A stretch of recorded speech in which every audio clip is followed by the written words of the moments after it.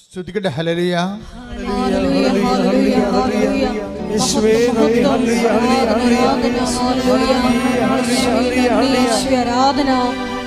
വചനം ശ്രവിക്കുവാൻ ഞങ്ങളെ ഒരുക്കണമേ എന്ന് പ്രാർത്ഥിക്കുന്നു.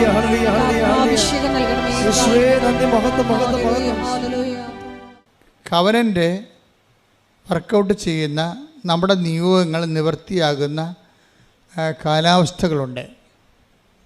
ഇത് പറയാൻ കാരണം, കഴിഞ്ഞ സെപ്റ്റംബർ 7 ഞാനിവിടെ ഇല്ലായിരുന്നു, ഞാൻ കൽക്കട്ടയിലായിരുന്നു. അപ്പോൾ അവിടെ ഞാൻ ഉറങ്ങിയപ്പോൾ അന്ന് മാതാവിൻ്റെ ജന്മദിനത്തിൻ്റെ തലേ ദിവസം രാത്രിയാണത്. അപ്പോൾ എനിക്കൊരു സ്വപ്നമുണ്ടായി. ഞാൻ രാവിലെ എഴുന്നേറ്റ് അടുത്ത മുറിയിൽ പോയി. വിജയകുമാർ എൻ്റെ കൂടെ ഉണ്ടായിരുന്നു. പുള്ളി അടുത്ത മുറിയിലാണ് താമസിക്കണം. അപ്പോൾ ഞാൻ പറഞ്ഞു, സാറേ ഇന്ന് മാതാവിൻ്റെ ജന്മദിനമാണ്, ഹാപ്പി മെരിമസ് എന്നൊക്കെ പറഞ്ഞ് സാറിന് വിഷ് ചെയ്തേച്ചും ഞാൻ സാറിനോട് പറഞ്ഞു, സാറേ ഇന്ന് വെളുപ്പിന് ഒരു 3 മണിയായപ്പോൾ അമ്മ പറഞ്ഞു കവനൻ്റിന് ഡിസ്പോസിഷൻ ഉണ്ടെന്ന് പറഞ്ഞ്. ഡിസ്പോസിഷൻ എന്ന വാക്കാണ് അമ്മ ഉപയോഗിച്ചത്. അപ്പോൾ ഞാൻ സാറിനോട് ഇത് പറഞ്ഞു. അപ്പോൾ എന്നോട് ചോദിച്ചു, എന്താണ് ഡിസ്പോസിഷൻ എന്നോട് ചോദിച്ചു. അപ്പോൾ ഞാൻ പറഞ്ഞു, നമ്മൾ മലയാളത്തിൽ എന്നാ പറയണത് ഡിസ്പോസിഷന്? അനുകൂലമായ ഒരു സ്ഥിതി, ഒരു നിലപാട്. അത് ഡിസ്പോസിഷൻ പല അർത്ഥമുണ്ട്. സ്പിരിച്വൽ ഡിസ്പോസിഷൻ ഉണ്ട്, ഇമോഷണൽ ഡിസ്പോസിഷൻ. ഒരു സ്വഭാവമാണ് ശരിക്കും പറഞ്ഞാൽ. അപ്പം അപ്പോൾ സാറിനും അത് ആദ്യം പറഞ്ഞപ്പോൾ മനസ്സിലായില്ല ശരിക്കും. ഞാൻ പിന്നെ അത് ഈ ദിവസങ്ങളിലൊക്കെ അതിൻ്റെ കറക്റ്റ്നെസ് കിട്ടാൻ വേണ്ടി അങ്ങനെ പ്രാർത്ഥിച്ച് വെയിറ്റ് ചെയ്യുകയായിരുന്നു. അമ്മ എന്താ ഈ നിങ്ങൾ മാതാവിൻ്റെ കൂടെ ജീവിക്കുമ്പോൾ നിങ്ങൾക്കറിയാമല്ലോ, എല്ലാം ആദ്യം വേണ്ടത് ശ്രദ്ധയാണ് വേണ്ടത്. മാതാവിൻ്റെ ഉടമ്പടിയായി കഴിഞ്ഞാൽ പിന്നെ നിങ്ങൾ ശ്രദ്ധ വേണം നിങ്ങൾക്ക്.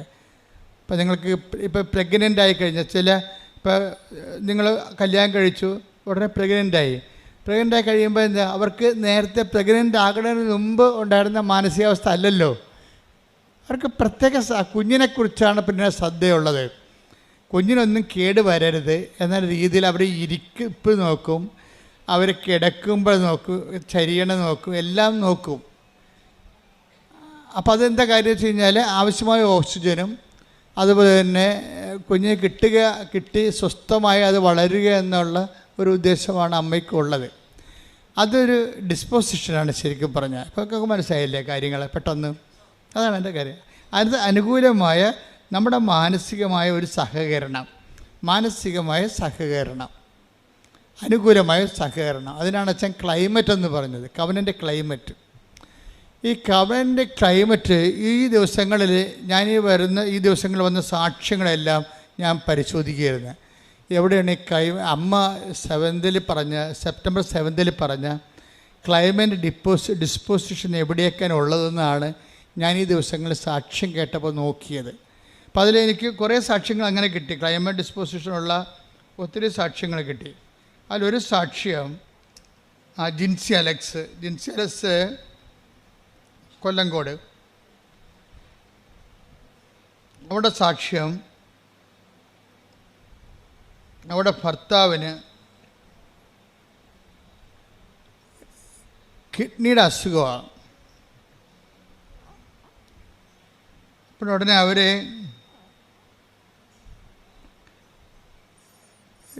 ഈ ഭർത്താവിനെ ഡയാലിസിസിന് കയറ്റുമ്പോൾ ഇവർക്കാണെങ്കിൽ കാര്യം അവർ ചെറുപ്പമാണ്. അപ്പോൾ പെട്ടെന്നിങ്ങനെ ഒരു കിഡ്നിക്ക് അസുഖം വന്നപ്പോൾ നമ്മൾ പറയില്ലേ, പച്ചമലയാളത്തിൽ പറഞ്ഞ നിന്നിടം മറന്നു പോകണമെന്ന് പറയത്തില്ലേ. അപ്പം അങ്ങനെ ഒരവസ്ഥ ആണ് അവിടെ ഉള്ളതെല്ലാം. പക്ഷേ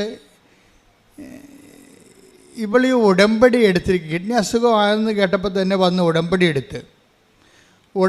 എടുത്ത് കഴിയുമ്പോൾ ഒരു ഡിസ്പോസിഷൻ രൂപപ്പെട്ട് വരും. ചിലർക്ക് ഉണ്ടാകത്തില്ല. ചിലരിങ്ങനെ ഓട്ടോമാറ്റിക്കായിട്ട് വന്ന് യാന്ത്രികമായിട്ട് എടുത്തുകൊണ്ട് പോണ കാരണം അവർക്കുണ്ടാകത്തില്ല. ചിലർ ശ്രദ്ധയോടുകൂടിയാണ് എടുക്കുക. കാര്യം ഞാൻ ഉടമ്പടിയാകുമ്പോൾ അമ്മയുമായിട്ട് ഞാൻ ഉടമ്പടിയിലാണ്, ഇനിയുള്ള കാലമെല്ലാം എൻ്റെ കാര്യം അമ്മ നോക്കിക്കൊള്ളും. അതാണ് അതിൻ്റെ ഒരു മാനസികാവസ്ഥയാണത്. കാലാവസ്ഥയെന്ന് ഞാൻ പറയേണ്ട കാര്യം മാനസിക കാലാവസ്ഥയാണ്. അപ്പം നേരത്തെ ഉണ്ടായിരുന്നതിനേക്കാൾ ഉടമ്പടി എടുക്കണേക്കാൾ മുമ്പ്, ഉടമ്പടി എടുക്കുന്നതിന് മുമ്പുണ്ടായിരുന്ന കാലാവസ്ഥയെക്കാളും വ്യത്യസ്തമായ കാലാവസ്ഥയാണിത്. ഇത് ഇവള് വളരെ എത്ര തിരക്കാണെങ്കിലും നമ്മൾ ദൈവമായിട്ട് ഒരു ഉടമ്പടി റിലേഷൻസ് വരികയല്ലേ.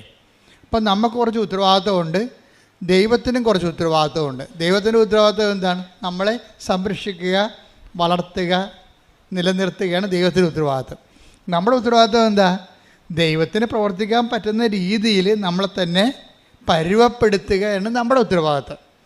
അപ്പോൾ ഇത് ഈ ഗ്രിൻസി വളരെ ഭംഗിയായിട്ട് ചെയ്യുന്നുണ്ട്. കാര്യം അവൾ സീരിയസ് ആയിട്ടാണ്, പ്രാർത്ഥിച്ചാണ് വന്നത് ഉടമ്പടി എടുക്കുന്നത്. പ്രാർത്ഥിച്ച് വന്നെടുത്തിട്ട് ഈ ഉടമ്പടിയോട് കൂടി ഞാനും ദൈവവും തമ്മിൽ വളരെ ഉത്തരവാദിത്വമുള്ള ഉടമസ്ഥ ബന്ധത്തിലേക്ക് വരികയാണ്. അതാണ് നമ്മൾ സാധാരണ കേവല മനുഷ്യനും ഉടമ്പടി മനുഷ്യനും തമ്മിലുള്ള വ്യത്യാസം.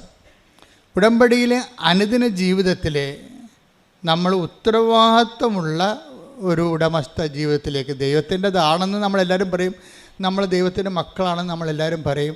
അങ്ങനെ ആർക്കും പറയാം, അതിനൊരു കുഴപ്പമില്ല. ദൈവം അല്ലെന്ന് പറയുന്നിടത്തോളം കാലം നമുക്കാണെന്ന് പറഞ്ഞുകൊണ്ടിരിക്കാം. പക്ഷേ ആ പുസ്തകത്തിലെ പശു ചില സമയത്ത് പുല്ല് തിന്നത്തില്ല. എന്താ കാര്യം? ഈ എല്ലാ കാര്യങ്ങളും സാധൂകരിക്കണം, ജസ്റ്റിഫൈ ചെയ്യണം. വിശ്വാസത്തിന് അങ്ങനെ ഒരു പ്രശ്നമുണ്ട്. വിശ്വാസം ജസ്റ്റിഫൈഡ് ആകണത് പ്രവർത്തികളിലൂടെയാണ്. അതാണ് പ്രവൃത്തി കൂടാതെയുള്ള വിശ്വാസം. ഞാൻ വിശ്വാസിയാണെന്ന് ആർക്കും പറയാം. Take the word of God. ശ്രദ്ധിക്കട്ടെ. ഹല്ലേലൂയ, ഹല്ലേലൂയ, ഹല്ലേലൂയ. യേശുവേ നന്ദി. ഹല്ലേലൂയ, ഹല്ലേലൂയ.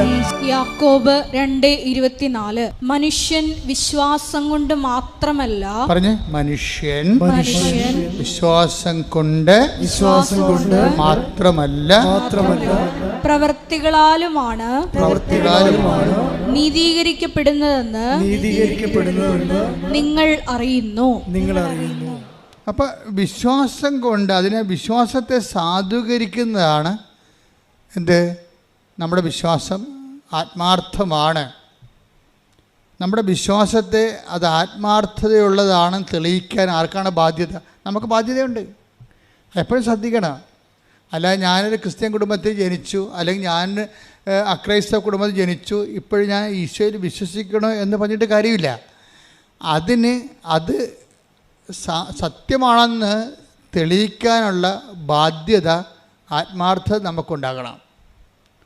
അപ്പോൾ ഇങ്ങനെ ഈ ആത്മാർത്ഥതയാണ്, അതിൻ്റെ പിന്നിലുള്ള ആത്മാർത്ഥതയാണ് അതിനെ സാധൂകരിക്കണത്. പ്രാർത്ഥിക്കുക. കർത്താവേ, എൻ്റെ വിശ്വാസത്തെ അതിന് അനുയോജ്യമായ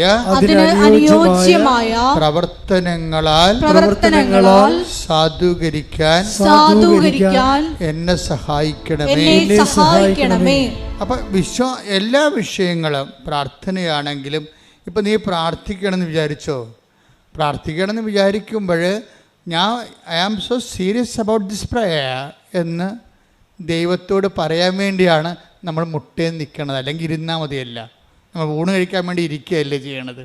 അപ്പോൾ ഓരോ കാര്യത്തിനും ഓരോ ഡിസ്പോസിഷനുണ്ട്. ഓരോ കാര്യത്തിന്, എല്ലാ കാര്യത്തിനും കൂടി ഒരു രീതി അല്ലല്ലോ. ഇപ്പം നമ്മൾ ഇരുന്ന് നമ്മൾ കസേര ഇരുന്ന് ഊണ് കഴിക്കും. കസേര ഇരുന്നും ഒക്കെ പ്രാർത്ഥിക്കുകയും ചെയ്യാം, ദൈവം കേൾക്കും. കാര്യം പ്രാർത്ഥിക്കുന്നത് നമ്മളല്ലേ, മനസ്സിലല്ലേ പ്രധാനം. പക്ഷേ ഒരു ഫിസിക്കൽ ഡിസ്പോസിഷൻ അവിടെ വരും. എന്താ കാര്യം? I am so serious about this prayer, അതുകൊണ്ട് ഞാൻ മുട്ടി നിൽക്കുന്നത്. കാര്യം ഇത് പ്രാർത്ഥനയ്ക്ക് വേണ്ടി മാത്രം ഉപയോഗിക്കുന്ന പൊസിഷനാണ്. അതാ വിഷയം. പ്രാർത്ഥനയ്ക്ക് വേണ്ടി മാത്രം ഉപയോഗിക്കുന്ന പൊസിഷൻ. നമുക്ക് നടന്നൊക്കെ പ്രാർത്ഥിക്കും. ഞാൻ രാവിലെയൊക്കെ നടന്നാണ് പ്രാർത്ഥിക്കുന്നത്. പക്ഷേ അതിൻ്റെ പ്രോപ്പർ പൊസിഷൻ എന്താണ്? മുട്ട നിൽക്കുക എന്നുള്ളതാണ്. അപ്പം അതാണ് ഒരു രീതി. അതേസമയം ഇന്ത്യൻ രീതി അനുസരിച്ച് സർവ്വസാഷ്ടാംഗമായിട്ട് വീണ് കിടക്കും. അതും ശരിയാണ്. കാര്യം എന്താണ്? അത് നമ്മൾ എല്ലാ വിഷയത്തെക്കാളും ദൈവത്തെ അംഗീകരിക്കുകയും ആരാധിക്കുകയും ചെയ്യുന്നത് സർവാംഗ സാഷ്ടാംഗം പ്രണാമം ചെയ്ത് കിടക്കും. ഞങ്ങളൊക്കെ കിടക്കും അതുപോലെ. അതിൻ്റെ കാര്യത്തിൽ കഴിഞ്ഞാൽ ഇതെല്ലാം പ്രാർത്ഥനയുടെ ഡിപ്പോസിഷനാണ്. അങ്ങനെ കിടന്ന് ഉറങ്ങിപ്പോണവരും ഉണ്ടാകും. അപ്പോൾ ഉറക്കത്തിന് നമ്മൾ കിടക്കുകയാണ് ചെയ്യണത്. പക്ഷേ പ്രാർത്ഥനയ്ക്ക് നമ്മൾ കമന്നാണ് കിടക്കണത്. കേട്ടാ, ഉറക്കം നമുക്കത് ഇങ്ങനെയൊക്കെ ചരിഞ്ഞൊക്കെ കിടക്കാം അല്ലേ. പക്ഷേ സർവ്വസാഷ്ടാംഗം വേണം കിടക്കണത് എങ്ങനെയാണ്? കവന്നാണ് കിടക്കണത്. കൈ സ്വസ്തിക എഴുതി ശിരസിൻ്റെ മുന്നിൽ വെച്ച് കവന്ന് കിടക്കൂടാ. അപ്പോൾ വെച്ചാൽ സർവാംഗം നമ്മൾ സമർപ്പിക്കണം എന്നാണ് അവർ. അപ്പോൾ ഇത് ഇതാണ് പൊസിഷൻ എന്ന് പറയുന്നത്, പ്രോപ്പർ പൊസിഷൻ. ഇതുപോലെ ഉടമ്പടിക്കും ഒരു പ്രോപ്പർ പൊസിഷനുണ്ട്. ഒന്നല്ല, ഒത്തിരി ഉണ്ട്. ഒത്തിരി പ്രോപ്പർ പൊസിഷൻസ് ഉണ്ട്. ഇതിൽ അതിൻ്റെ അത് നിലപാടുകളും വരും. നിലപാടുകൾ ഓരോ വിഷയത്ത് അതിൽ സമീപനങ്ങൾ വരും. നമ്മുടെ ഒരു സമീപനം. ഇപ്പോൾ എന്ത് ഉദാഹരണത്തിന്, ഇപ്പോൾ ഈ ജിൻസിയുടെ വിഷയം എന്താണ്? ജിൻസിയുടെ ഭർത്താവിന് അലക്സിനാണ് കിഡ്നി അസുഖം. ഇപ്പോൾ ഡയാലിസിസ് നടന്നുകൊണ്ടിരിക്കുകയാണ്. ഡയാലിസിസ് നടന്നു കഴിഞ്ഞപ്പോൾ ഈ മനുഷ്യൻ, അതായത് രണ്ടുപേരും കൂടി വളരെ സന്തോഷമായിട്ട് ജീവിച്ചതാണ്, ചെറുപ്പക്കാരാണ്.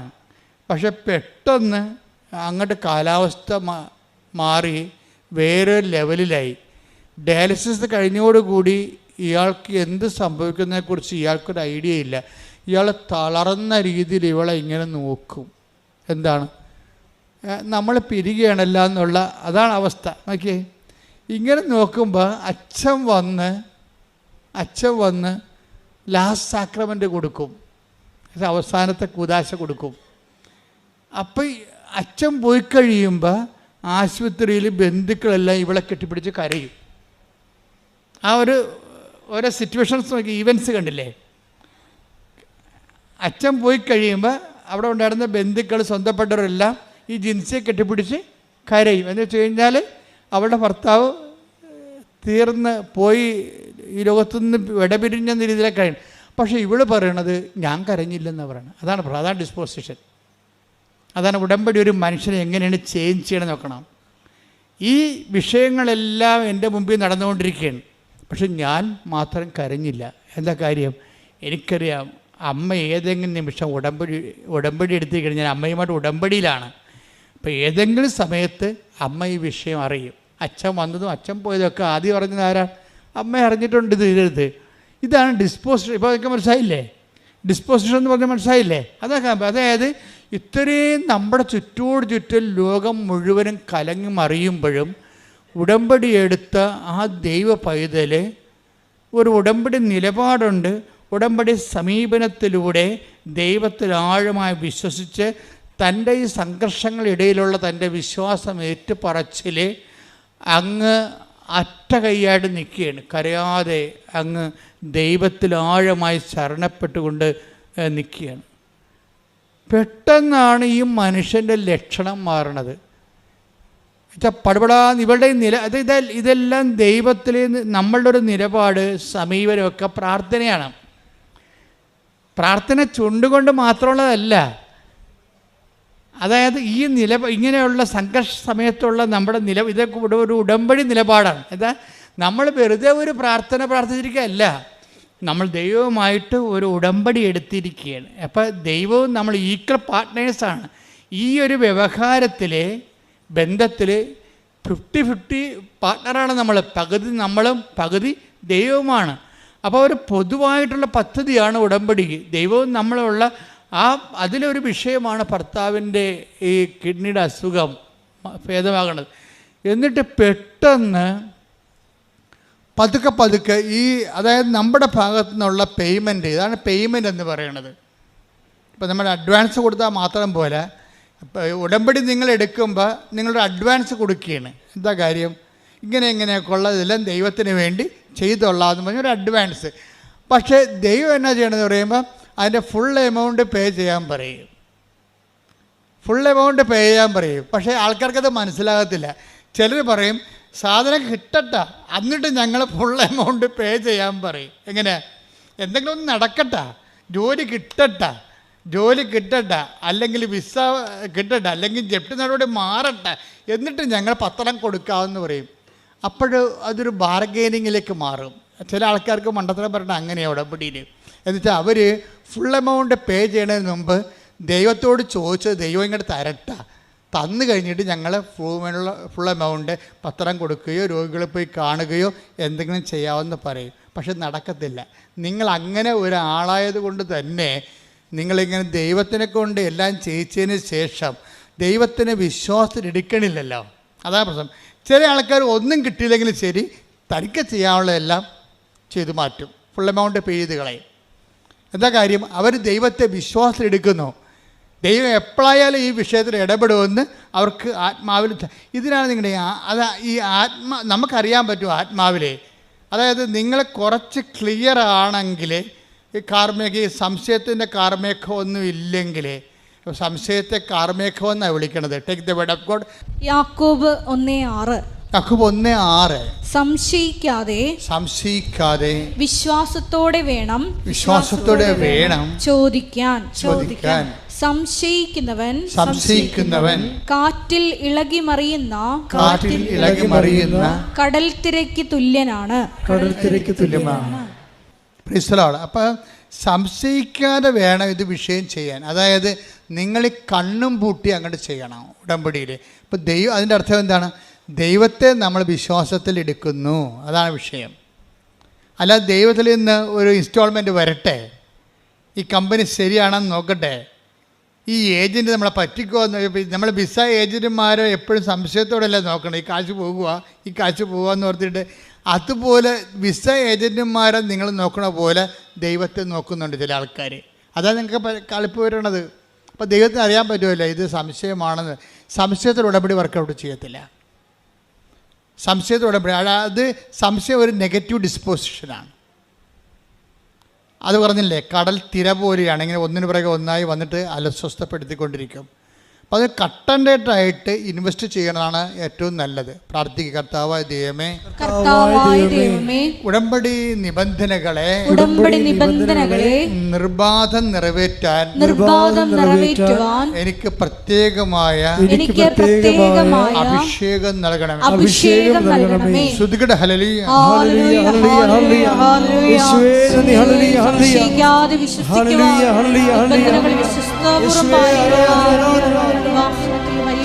ജ്ഞാനത്തിലൂടെ ഞങ്ങൾ അഭിഷേകം ചെയ്യണമേ.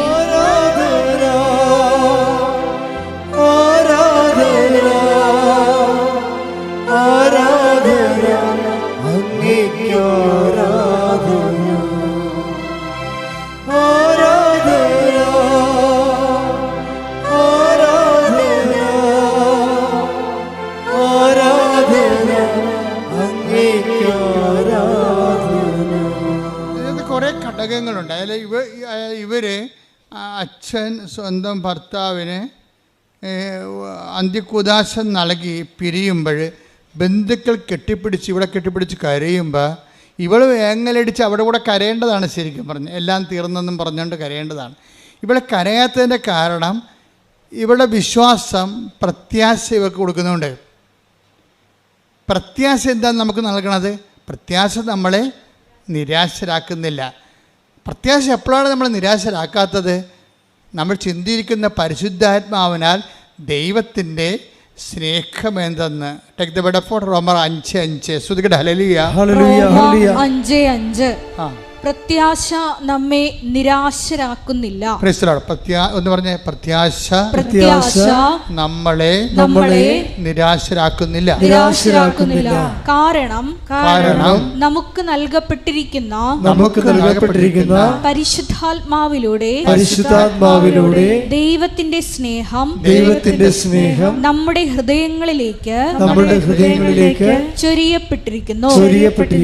അപ്പൊ ഇതാണ് വിഷയം. അതായത് ഉടമ്പടി എടുക്കുമ്പോഴേ ജിൻസിക്ക് ഇതിന് ഇനിയുള്ള എല്ലാ അതിജീവനങ്ങൾക്കും ആവശ്യമായ ആത്മാഭിഷേകം കിട്ടിയിട്ടുണ്ടാണ്, പരിശുദ്ധാത്മാവിനെ. അതിൽ വെറുതെ നിൽക്കാൻ പറ്റത്തില്ല. അതായത് എല്ലാവരെയും അന്ത്യകുദാശം നൽകിയിട്ട് സ്വന്തം ഭർത്താവിന് അന്ത്യകുദാശം നൽകിക്കൊണ്ട് അച്ഛൻ പിരിയുമ്പോൾ ബന്ധുക്കളെല്ലാം ഇവളെ കെട്ടിപ്പിടിച്ച് കരയുമ്പോൾ ഇവളിങ്ങനെ വളരെ നിശ്ചയദാർഢ്യത്തോടെ നിൽക്കുന്നത് പ്രത്യാശ കൊണ്ടാണ്. എന്താ കാര്യം? ഞാൻ ഉടമ്പടി എടുത്തിട്ടുണ്ട്, എൻ്റെ ഭർത്താവിൻ്റെ ജീവിതത്തിൽ ഇത് അവസാന വാക്കല്ല, ദൈവത്തിൻ്റെതാണ് അവസാന വാക്ക്. ഇന്നല്ലെങ്കിൽ അടുത്ത നിമിഷം ദൈവം പ്രവർത്തിക്കുമെന്ന് ഇവിടെ പ്രത്യാശിക്കുന്നു. അവിടെ എന്തുകൊണ്ടാണ് പ്രത്യാശിക്കണമെന്നാണ് വചനം പറയണത്. എന്താണ്? പ്രത്യാശ നമ്മളെ നിരാശരാക്കുന്നില്ല. എന്താ കാര്യം? അപ്പോൾ അത് ഉടമ്പടി എടുത്തവരും എടുക്കാത്തവരും നമ്മൾ വ്യത്യാസം കണ്ട. എടുക്കാത്തവർ കെട്ടിപ്പിടിച്ച് കരയുന്നു, ഉടമ്പടി എടുത്തവർ അവർക്ക് എന്താ കിട്ടിയിരിക്കേണ്ടത്? പ്രത്യാശ കിട്ടിയിരിക്കുകയാണ്. എന്താണ്? അവൾ പരിശുദ്ധാമ്മ പറയും, നീ വിഷമിക്കേണ്ട, ഏതാനും നിമിഷങ്ങൾക്കുള്ളിൽ നിൻ്റെ ഭർത്താവിൽ നിനക്ക് ടെസ്റ്റ് തന്നതാണ്, കുറച്ച് കഴിയുമ്പോൾ ദൈവം ഈ വിഷയം ഏറ്റെടുത്താണ്, നിൻ്റെ ഭർത്താവിന് ജീവനോട് നിനക്ക് തരും എന്നുള്ള ഒരു മുന്നറിവ് പ്രത്യാശ ഇവർക്ക് നൽകിയിട്ടുണ്ട്. ഈ പ്രത്യാശ വന്ന എന്താ ഗുണം? നമുക്ക് നിരാശ എന്ന് പറഞ്ഞാൽ എന്താണ്? ഇപ്പോൾ ആൾക്കാർ പറയും നിരാശ ഉണ്ടാകാതിരിക്കുക എന്ത് ചെയ്യണം? ആശ ഉണ്ടാകാതിരുന്നാൽ മതിയെന്ന്. പണ്ട് ബുദ്ധനൊക്കെ അങ്ങനെ പറഞ്ഞുകൊണ്ടിരുന്നത്, ആശ ഉണ്ടാകാതിരുന്നാൽ മതിയെന്ന്. പക്ഷേ ബൈബിൾ പറയും, ബൈബിൾ അതിനെ ഈ അണ്ടേ കൊണ്ടേ വളം വെക്കത്തില്ല, ഡയറയുടെ റൂട്ടിലേ വളം വെക്കത്തുള്ളൂ. ബൈബിൾ എന്താ പറയണത്? പ്രത്യാശ ഉണ്ടെങ്കിൽ സ്വാഭാവികമായിട്ടും നിനക്ക് നിരാശ ഉണ്ടാകത്തില്ല. എന്തുകൊണ്ടാണ് നിനക്ക് നിരാശ ഉണ്ടാകാത്തത് എന്താണെന്ന് വെച്ച് കഴിഞ്ഞാൽ, പരിശുദ്ധാത്മാവ് നിനക്ക് അറിവ് നൽകും. അതാണ് വിഷയം. എന്താണ്? ഈ ഉടമ്പടിയോടുകൂടി നീ പരിശുദ്ധാത്മാവിൻ്റെ പ്രത്യേകമായ ഇടപെടലിനും കമ്മ്യൂണിക്കേഷനിലാകും നീ ദൈവമായിട്ട്. അപ്പോൾ ഒരു ആന്തരികമായൊരു കമ്മ്യൂണിക്കേഷൻ കിട്ടിക്കഴിഞ്ഞാൽ നിനക്ക് ആന്തരികമായി ഉറപ്പ് ലഭിക്കും. ഇപ്പോൾ എല്ലാവരും കിടന്ന് വിഷമിക്കുമ്പോഴും ചില സ്നേഹബന്ധങ്ങളൊക്കെ ഉണ്ടാകുമല്ലോ. അപ്പോൾ ഒത്തിരി കല്യാണ മന്ദിരം പോണ്, അവളെ ഒന്നിനും കെട്ടണില്ല, ഒന്നിനും സമ്മതിക്കണില്ല അവൾ. അപ്പനും അല്ലേ അവളെ ഏറ്റവും അടുത്തറിയാവുന്നത് അവളുടെ ആങ്ങളൊക്കെയായിരിക്കും. ആങ്ങളക്ക് മറ്റുള്ള കാര്യങ്ങളൊക്കെ അറിയാവുന്ന ആളായിരിക്കും. വന്ന് ചോദിക്കും, എടി നീ ഇങ്ങനെ നിൽക്കണത് എന്താ? നിനക്ക് വല്ല ഉറപ്പം കിട്ടിയിട്ടുണ്ടാന്ന് ചോദിക്കും. എന്ന് വെച്ച് കഴിഞ്ഞാൽ അവൾക്കല്ലേ അറിയാൻ പാടില്ല ഉറപ്പ് കിട്ടിയിട്ടുണ്ടാകുന്നത്. ഇതൊരു മറ്റു മനുഷ്യരോട് പറയാൻ പാടില്ലാത്തൊരു ഉറപ്പാണ് ദൈവവും നമ്മളും തമ്മിലുള്ള ബന്ധത്തിലുണ്ടാകുന്ന ഉറപ്പുകൾ. അതെപ്പോഴും ഇപ്പം നിങ്ങൾക്ക് മനസ്സിലായില്ലേ? ഞാൻ നിങ്ങൾക്ക് മനസ്സിലാകുന്ന ഭാഷയിലാണ് സംസാരിക്കുന്നത്. എന്ന് വെച്ച് കഴിഞ്ഞാൽ ഒരു ദൈവികമായ ആന്തരികമായ ഉറപ്പ് ഇവക്കുണ്ടേ. എന്താണത്? ഇത് അവസാനമല്ല, ദൈവം ഇടപെടുമെന്ന്. ആ ഉറപ്പ് പക്ഷേ ഉടമ്പടി എടുക്കാത്തവർക്കില്ല. ഉടമ്പടി എടുക്കുമ്പോൾ എന്ത് നിങ്ങൾക്ക് സംഭവിക്കണം നിങ്ങൾ അറിയണം. നിങ്ങളിങ്ങനെ ഓരോ ആൾക്കാർ വന്നിട്ട് ഓരോ അപേക്ഷക്കത്ത് എഴുതിക്കൊണ്ടു നിൻ്റെ അടുത്ത് കെട്ടിത്തത്തിച്ച് പോണ പോലെ അങ്ങനെ ഈസിയായിട്ട് പോണവരെ പോകും. അവർക്ക് അത് മനസ്സിലാകത്തില്ല. പക്ഷേ ഇത് ഉടമ്പടി വളരെ കാമ്പെക്കൊണ്ട് ശ്രദ്ധയോടെ ക്ലാസ്സെല്ലാം കേട്ട് താൻ എന്തിനാണ് ഉടമ്പടി എടുക്കണതെന്ന് എന്ന് ഒക്കെ നല്ല നിശ്ചയത്തോടെ ഉടമ്പടി എടുക്കുന്നവർക്ക് അവരുടെ അറിവിന് ആനുപാതികമായ ഒരു അനുഭവം ഉണ്ടാകും. എപ്പോഴും നമ്മൾ ശ്രദ്ധിക്കേണ്ടതേ ഇതെല്ലാം വർക്കൗട്ട് ചെയ്യണത് ഒരു അനുഭവത്തിൻ്റെ വെളിച്ചത്തിലാണ്. അനുഭവം ഉണ്ടാകണമെങ്കിൽ എന്ത് ചെയ്യണം? ആദ്യം അറിവുണ്ടാകണം. അറിവെന്ന് പറഞ്ഞാൽ എന്തുമാത്രം അറിവാണെന്ന് എനിക്കറിയത്തില്ല. ഞാൻ 10-38 കൊല്ലമായി ശുശ്രൂഷ ചെയ്തുകൊണ്ടിരിക്കുന്നതാണ്. ഇപ്പോഴും ഈ വിഷയത്തിൽ പുതിയ കാര്യങ്ങളാണ് കർത്താവ് പറയണത്. അപ്പോൾ അറിവ് എവിടെ ചെന്നെത്തുമെന്ന് ഒരു പിടിയുമില്ല. നമ്മൾ ചിലപ്പോൾ ഇപ്പോഴും ABCD തന്നെ ആയിരിക്കും ചിലപ്പോൾ ആധ്യാത്മികതയുടെ. എന്നു കഴിഞ്ഞാൽ ഇതിൻ്റെ അകത്ത് വെച്ച് കഴിഞ്ഞാൽ അറിവാണ് നമുക്ക് എന്ത് തരണത്? അനുഭവം തരണത്. അപ്പം അനുഭവത്തിൻ്റെ അകത്ത് മൈനർ എക്സ്പീരിയൻസ് ഉണ്ട്, മേജർ എക്സ്പീരിയൻസ് ഉണ്ട്. ഇപ്പം മൈനർ എക്സ്പീരിയൻസിന് മൈനറായിട്ടുള്ള അറിവൊക്കെ മതി. മേജർ എക്സ്പീരിയൻസിന് മേജർ ആയിട്ടുള്ള വിസ്റ്റം വേണം. ഇതാണ് നമ്മൾ കൂടുതൽ ആഴങ്ങളിലേക്ക് നീക്കി വലയിറക്കാൻ ഈശോ പറയത്തില്ലേ? ഈശോ എന്താ take the word of God. ശ്രദ്ധിക്കട്ടെ. ഹല്ലേലൂയ. ലൂക്ക 5:4. ലൂക്ക 5:4. സംസാരിച്ചു തീർന്നപ്പോൾ സംസാരിച്ചു തീർന്ന അപ്പോൾ ഈശോ പ്രസംഗിക്കായിരുന്നു അവരോട് കടൽത്തീരത്തിൽ വെച്ച്. സംസാരിച്ചു തീർന്നപ്പോൾ അവൻ ശിമയോനോട് പറഞ്ഞു, ആഴത്തിലേക്ക് നീക്കി മീൻ പിടിക്കാൻ വലയിറക്കുക. ഇത് വാസ്തവത്തിൽ ഞാൻ ഒരിക്കലും ഈ വചനം വായിച്ചുകൊണ്ടിരുന്നപ്പോഴേ, ഇപ്പോഴല്ല, ഇപ്പം ഞാൻ ഇത് ഓർത്തുകൊണ്ട് ഇങ്ങനെ പറയാം. അതായത് ഈശോ ഈ നമുക്ക് കടലിലത്തെ, ഞാൻ കുറേ നാൾ കടലോരത്തും കടലിലും ഒക്കെ ആയിട്ട് സുവിശേഷ വേല ചെയ്താണ്. എപ്പോഴും വെള്ളം വെഞ്ചരിക്കാൻ പോവുകയും പിന്നെ വർഷമാകുമ്പോൾ എല്ലാ വെള്ളവും ഒരുമിച്ച് കൂട്ടിയിട്ട് അവരെ കുമ്പസാരിപ്പിക്കുകയും വള്ളത്തേക്ക് കടലിൽ ചെറുവള്ളങ്ങളിൽ പോയിട്ട് വലിയ വള്ളങ്ങളിൽ കയറി ബോട്ടുകളിൽ പോയി അവരെ വെഞ്ചരിക്കുകയും കത്തോലിക്കരെ കുമ്പസാരിപ്പിക്കുകയും ചെയ്യുന്ന ഒരു ശുശ്രൂഷയുണ്ട്. 10 കൊല്ലം ചെയ്തതാണ്. അപ്പോഴൊക്കെ നമ്മൾ കടത്തീരത്ത് വരുമ്പോൾ നമ്മൾ കാണുന്നൊരു വിഷയം എന്ന് വെച്ച് കഴിഞ്ഞാൽ ചില ബീച്ചുകാരൊക്കെ ഉണ്ടാവും കടലോരത്ത്, കടലിൽ വീശണം. അവർക്ക് വല്ല കൂരി പോലെയൊക്കെ ഉള്ള മീനൊക്കെ കിട്ടും. അവർക്ക് കണമ്പ്, മാലാൻ, അങ്ങനെയൊക്കെ ചെറിയ മീനൊക്കെ കടത്തീരത്ത് കൂടി പോണ മീനുണ്ട്. പക്ഷെ നമ്മൾ അത് ലോ പ്രഷറിലുള്ളതാണ്. നങ്ക്, ഇതുപോലെ തന്നെ ചെമ്മീൻ, ഇതൊക്കെ ലോ പ്രഷറിൽ വർക്ക് ചെയ്യണതാണ്. അതിൻ്റെ ഒരു തീരത്തിൻ്റെ ഒരു പ്രത്യേകതയാണത്. അതുകൊണ്ട് ജീവിക്കുന്ന ഒത്തിരി പേരുണ്ട്. ഇപ്പോഴ് ഈ ആൾക്കാരൊക്കെ ടെർമക്കോൾ പോലൊക്കെ ഒരു വള്ളമൊക്കെ ഉണ്ടാക്കി അതിൽ തുഴഞ്ഞ് ഒറ്റക്ക് പോയി. ഇപ്പോൾ ആൾക്കാർ ഒരാൾ മതി അതിൻ്റെ അടുത്ത് പോകാൻ. ഇപ്പോൾ ആ മേഖലയിൽ നിന്നെല്ലാം ആൾക്കാരെല്ലാം പഠിച്ച് വേറെ തൊഴിലിന് പോവുകയാണ്. ഇനിയിപ്പോൾ ആ മേഖലയിൽ നാളെ ഹൈടെക് വരും. ഇപ്പോഴും നമ്മൾ ജപ്പാനിലൊക്കെ കാണുന്ന പോലെ ഡ്രോണൊക്കെ കൊണ്ടാണ് ഇപ്പോൾ ജപ്പാനിലൊക്കെ വല ഇറക്കണത്. വലയും കൊണ്ട് ഡ്രോൺ പോയിക്കൊള്ളൂ. ഡ്രോൺ തന്നെ കടലിൽ വല ഇട്ടിട്ട് തിരിച്ചു വരുന്നുള്ളൂ.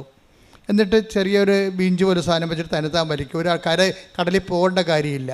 അപ്പോൾ കാലങ്ങൾ അങ്ങോട്ട് മാറുകയാണ്. നാളെ നനഞ്ഞിട്ടുള്ള പരിപാടിയൊന്നുമില്ല, അപകടമില്ല, എല്ലാം. പക്ഷേ ആഴങ്ങളിലേക്ക് നിൽക്കാനൊന്നും ഇവർക്ക് പറ്റത്തില്ല. ആഴങ്ങളിലേക്ക് നിൽക്കണമെങ്കിൽ തിരുത, അറക്ക പോലെയുള്ള വലിയ വലിയ മീനുകൾ ഹൈ പ്രഷറിൽ താമസിക്കുന്നതാണ്. നല്ല ആഴങ്ങളിലേക്ക്.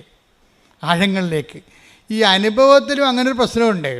നിങ്ങൾ പനി മാറുക, നെഞ്ചുവേദന മാറുക, വേർപ്പ് മാറുക, അങ്ങനെയുള്ള കൊച്ചു മീനുകളെ പിടിക്കണമെങ്കിൽ നിങ്ങളുടെ ഈ ലോ ഫെയ്ത്ത് മതി, ചെറിയ ഫെയ്ത്ത് മതി. ചെറിയ വിശ്വാസം കൊണ്ടൊക്കെ നടക്കും. പക്ഷേ ഒരു സീരിയസ് അഗ്നി പരീക്ഷ വന്നു കഴിഞ്ഞാൽ അത് വലിയ മീനാണ്. അതിന് ആധ്യാത്മികതയുടെ ആഴങ്ങളിലേക്ക് പോകണം. എന്താ കാര്യം? ചൊല്ലൽ കൊണ്ട് പറ്റത്തില്ല. പിന്നെന്താണ്? ചെയ്യൽ വേണം. എന്ന് ചെയ്യുമ്പോൾ എന്താ സംഭവിക്കണത്? നമ്മൾ ചൊല്ലുന്ന കാര്യത്തിൽ നമ്മൾ സീരിയസ് ആയിട്ട് വിശ്വസിക്കുന്നു, നമ്മൾ പറയുന്ന കാര്യം. അതുകൊണ്ടാണ് ഉടമ്പടിയിലെ കുറേ അധികം ഇപ്പോൾ ഈ വൈശാഖ് എന്നും പറഞ്ഞ് സാക്ഷ്യം ഉണ്ടായിരുന്നു ഈ ദിവസങ്ങളിൽ. വൈശാഖിൻ്റെ വിഷയം എന്ന് വെച്ചാൽ, വൈശാഖ് പണ്ട് കൃപാസനത്തിൻ്റെ ഒരു ശത്രുവായിരുന്നു. കൃപാസനത്തിൻ്റെ ഏറ്റവും വലിയ മിത്രങ്ങൾ ആകാൻ പോണവർ ആദ്യം ശത്രുവാകും, പിന്നീട് അവർ മിത്രങ്ങളാകണത്. കാര്യം വെച്ച് കഴിഞ്ഞാൽ ഇവരിലൂടെ കൃപാസനത്തെ വളർത്തിയത് മുഴുവനും കൃപാസനത്തിൻ്റെ മിത്രങ്ങളെ പോലെ തന്നെ ശത്രുക്കൾക്കും പ്രാധാന്യം ഉണ്ടായി ഒരു കാലത്ത്. കാര്യം ഇവിടെ ആദ്യം അറ്റാക്ക് ചെയ്തത് യുക്തിവാദികളാണ്.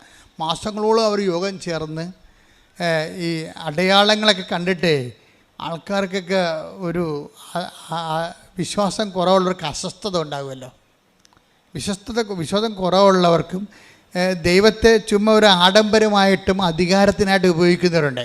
അവർക്കെല്ലാം അടയാളങ്ങൾ അസ്വസ്ഥത ഉണ്ടാക്കും. അപ്പം അതുപോലെ അങ്ങനെ ഒരു കാലം ഉണ്ടായിരുന്നു ഇവിടെ. പക്ഷേ അതിലൊരാളായിരുന്നു ഈ വൈശാഖ് എന്ന് പറഞ്ഞ ആൾ. ഇത് തട്ടിപ്പാണ്, ഭൂലോക തട്ടിപ്പാണ്, ആനകൂന എന്നൊക്കെ പറഞ്ഞ് പൈസ ഉണ്ടാക്കാൻ വേണ്ടിയാണെന്നൊക്കെ 10, 20, 25, 40 കേരളത്തിൽ ഏറ്റവും കൂടുതൽ അറ്റാക്ക് വാങ്ങിച്ച ഒരു വൈദികനാണ് ഞാൻ ഒരു കാലത്ത്. ഞാൻ കൂളായിട്ടേക്ക് എൻ്റെ ജപമാല ഉള്ളിടത്തോളം കാലം ആർക്കും തോൽപ്പിക്കാൻ പറ്റത്തില്ല. എന്താ കാര്യം? ജപമാല മാതാവിൻ്റെ നമുക്ക് ഏറ്റവും വലിയ ശക്തമായ മധ്യസ്ഥ പ്രാർത്ഥന. മാതാവിൻ്റെ പ്രാർത്ഥന അല്ലത്, അത് രക്ഷാകര പ്രാർത്ഥന മാതാവിൻ്റെ മധ്യസ്ഥത്തിലാണ് ലോഞ്ച് ചെയ്യണത്. അപ്പോൾ അതിന് ഒരു അഭിഷേകം കിട്ടിയിരിക്കുന്ന കാരണം, ഈ അഭിഷേകം എന്നുകൊണ്ട് എന്താ, എല്ലാത്തിനും ഒരു അഭിഷേകമുണ്ട്. നിങ്ങൾക്കറിയാമല്ലോ. ഇപ്പം തന്നെ അവളുടെ പേര് ജിൻസി. അച്ഛൻ സ്വന്തം ഭർത്താവിന് അന്ത്യകൂദാശം കൊടുത്ത് പോകുമ്പോൾ എല്ലാ ബന്ധുക്കളും കെട്ടിപ്പിടിച്ച് കരയുമ്പോൾ ജിൻസി എന്താ കരയാത്തത്? അതിനാണ് ഈ അഭിഷേകം എന്ന് പറയണത്. ഒക്കെ മനസ്സിലായില്ല? അല്ലാതെ എണ്ണ കൊണ്ടൊന്ന് തലക്കോരി ഒഴിക്കണേനല്ല അഭിഷേകം എന്ന് പറയുന്നത്. അതിനും പറയാം. പക്ഷേ ആന്തരികമായ അഭിഷേകമുണ്ട്. ഈ ബാഹ്യമായ അടയാളങ്ങളൊക്കെ അർത്ഥവത്താകണമെങ്കിലും അനാചാരങ്ങൾ അല്ലാതായിരിക്കണമെങ്കിലും ആന്തരികമായ അത് ഉദ്ദേശിക്കുന്ന സൂചന ആന്തരികമായി നടക്കണം ആ മനുഷ്യനെ.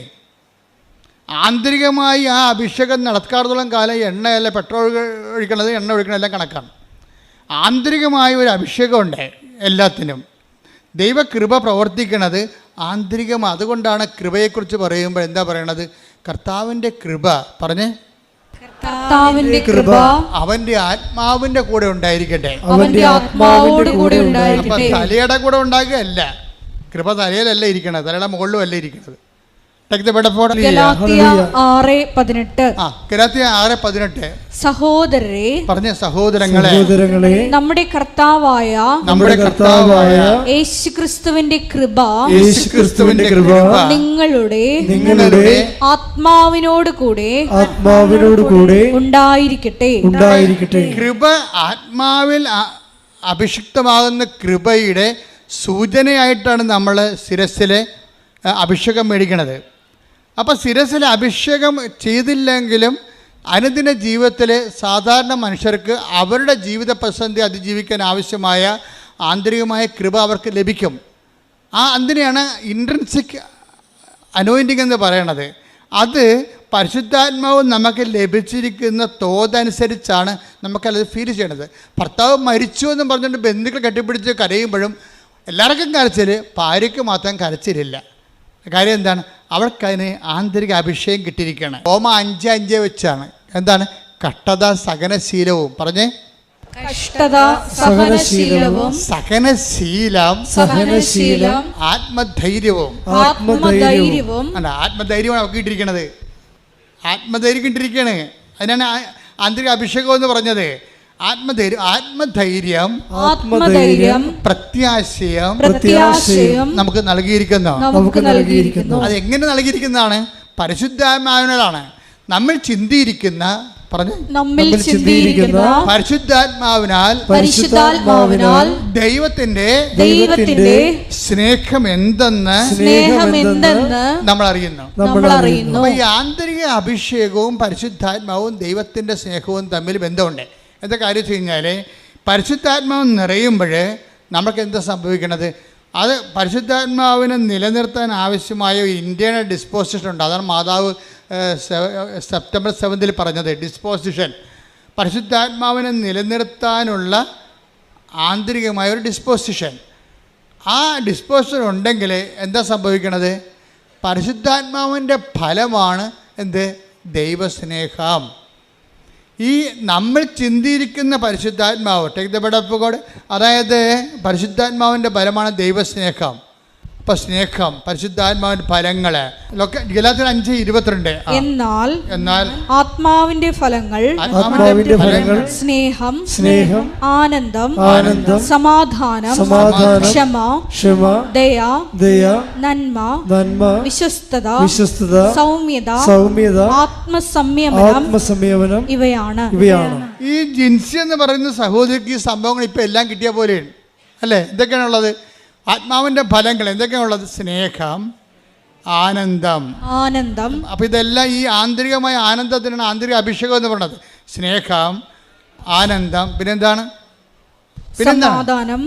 സമാധാനം, ക്ഷമ, ദയ, നന്മ. ഇത് ഈ സമാധാനം എന്ന് പറയണത് ശരിക്കും പറഞ്ഞാൽ സ്നേഹം പ്ലസ് ക്ഷമയാണ് ഈസിക്കൽ ടു സമാധാനമാണ്.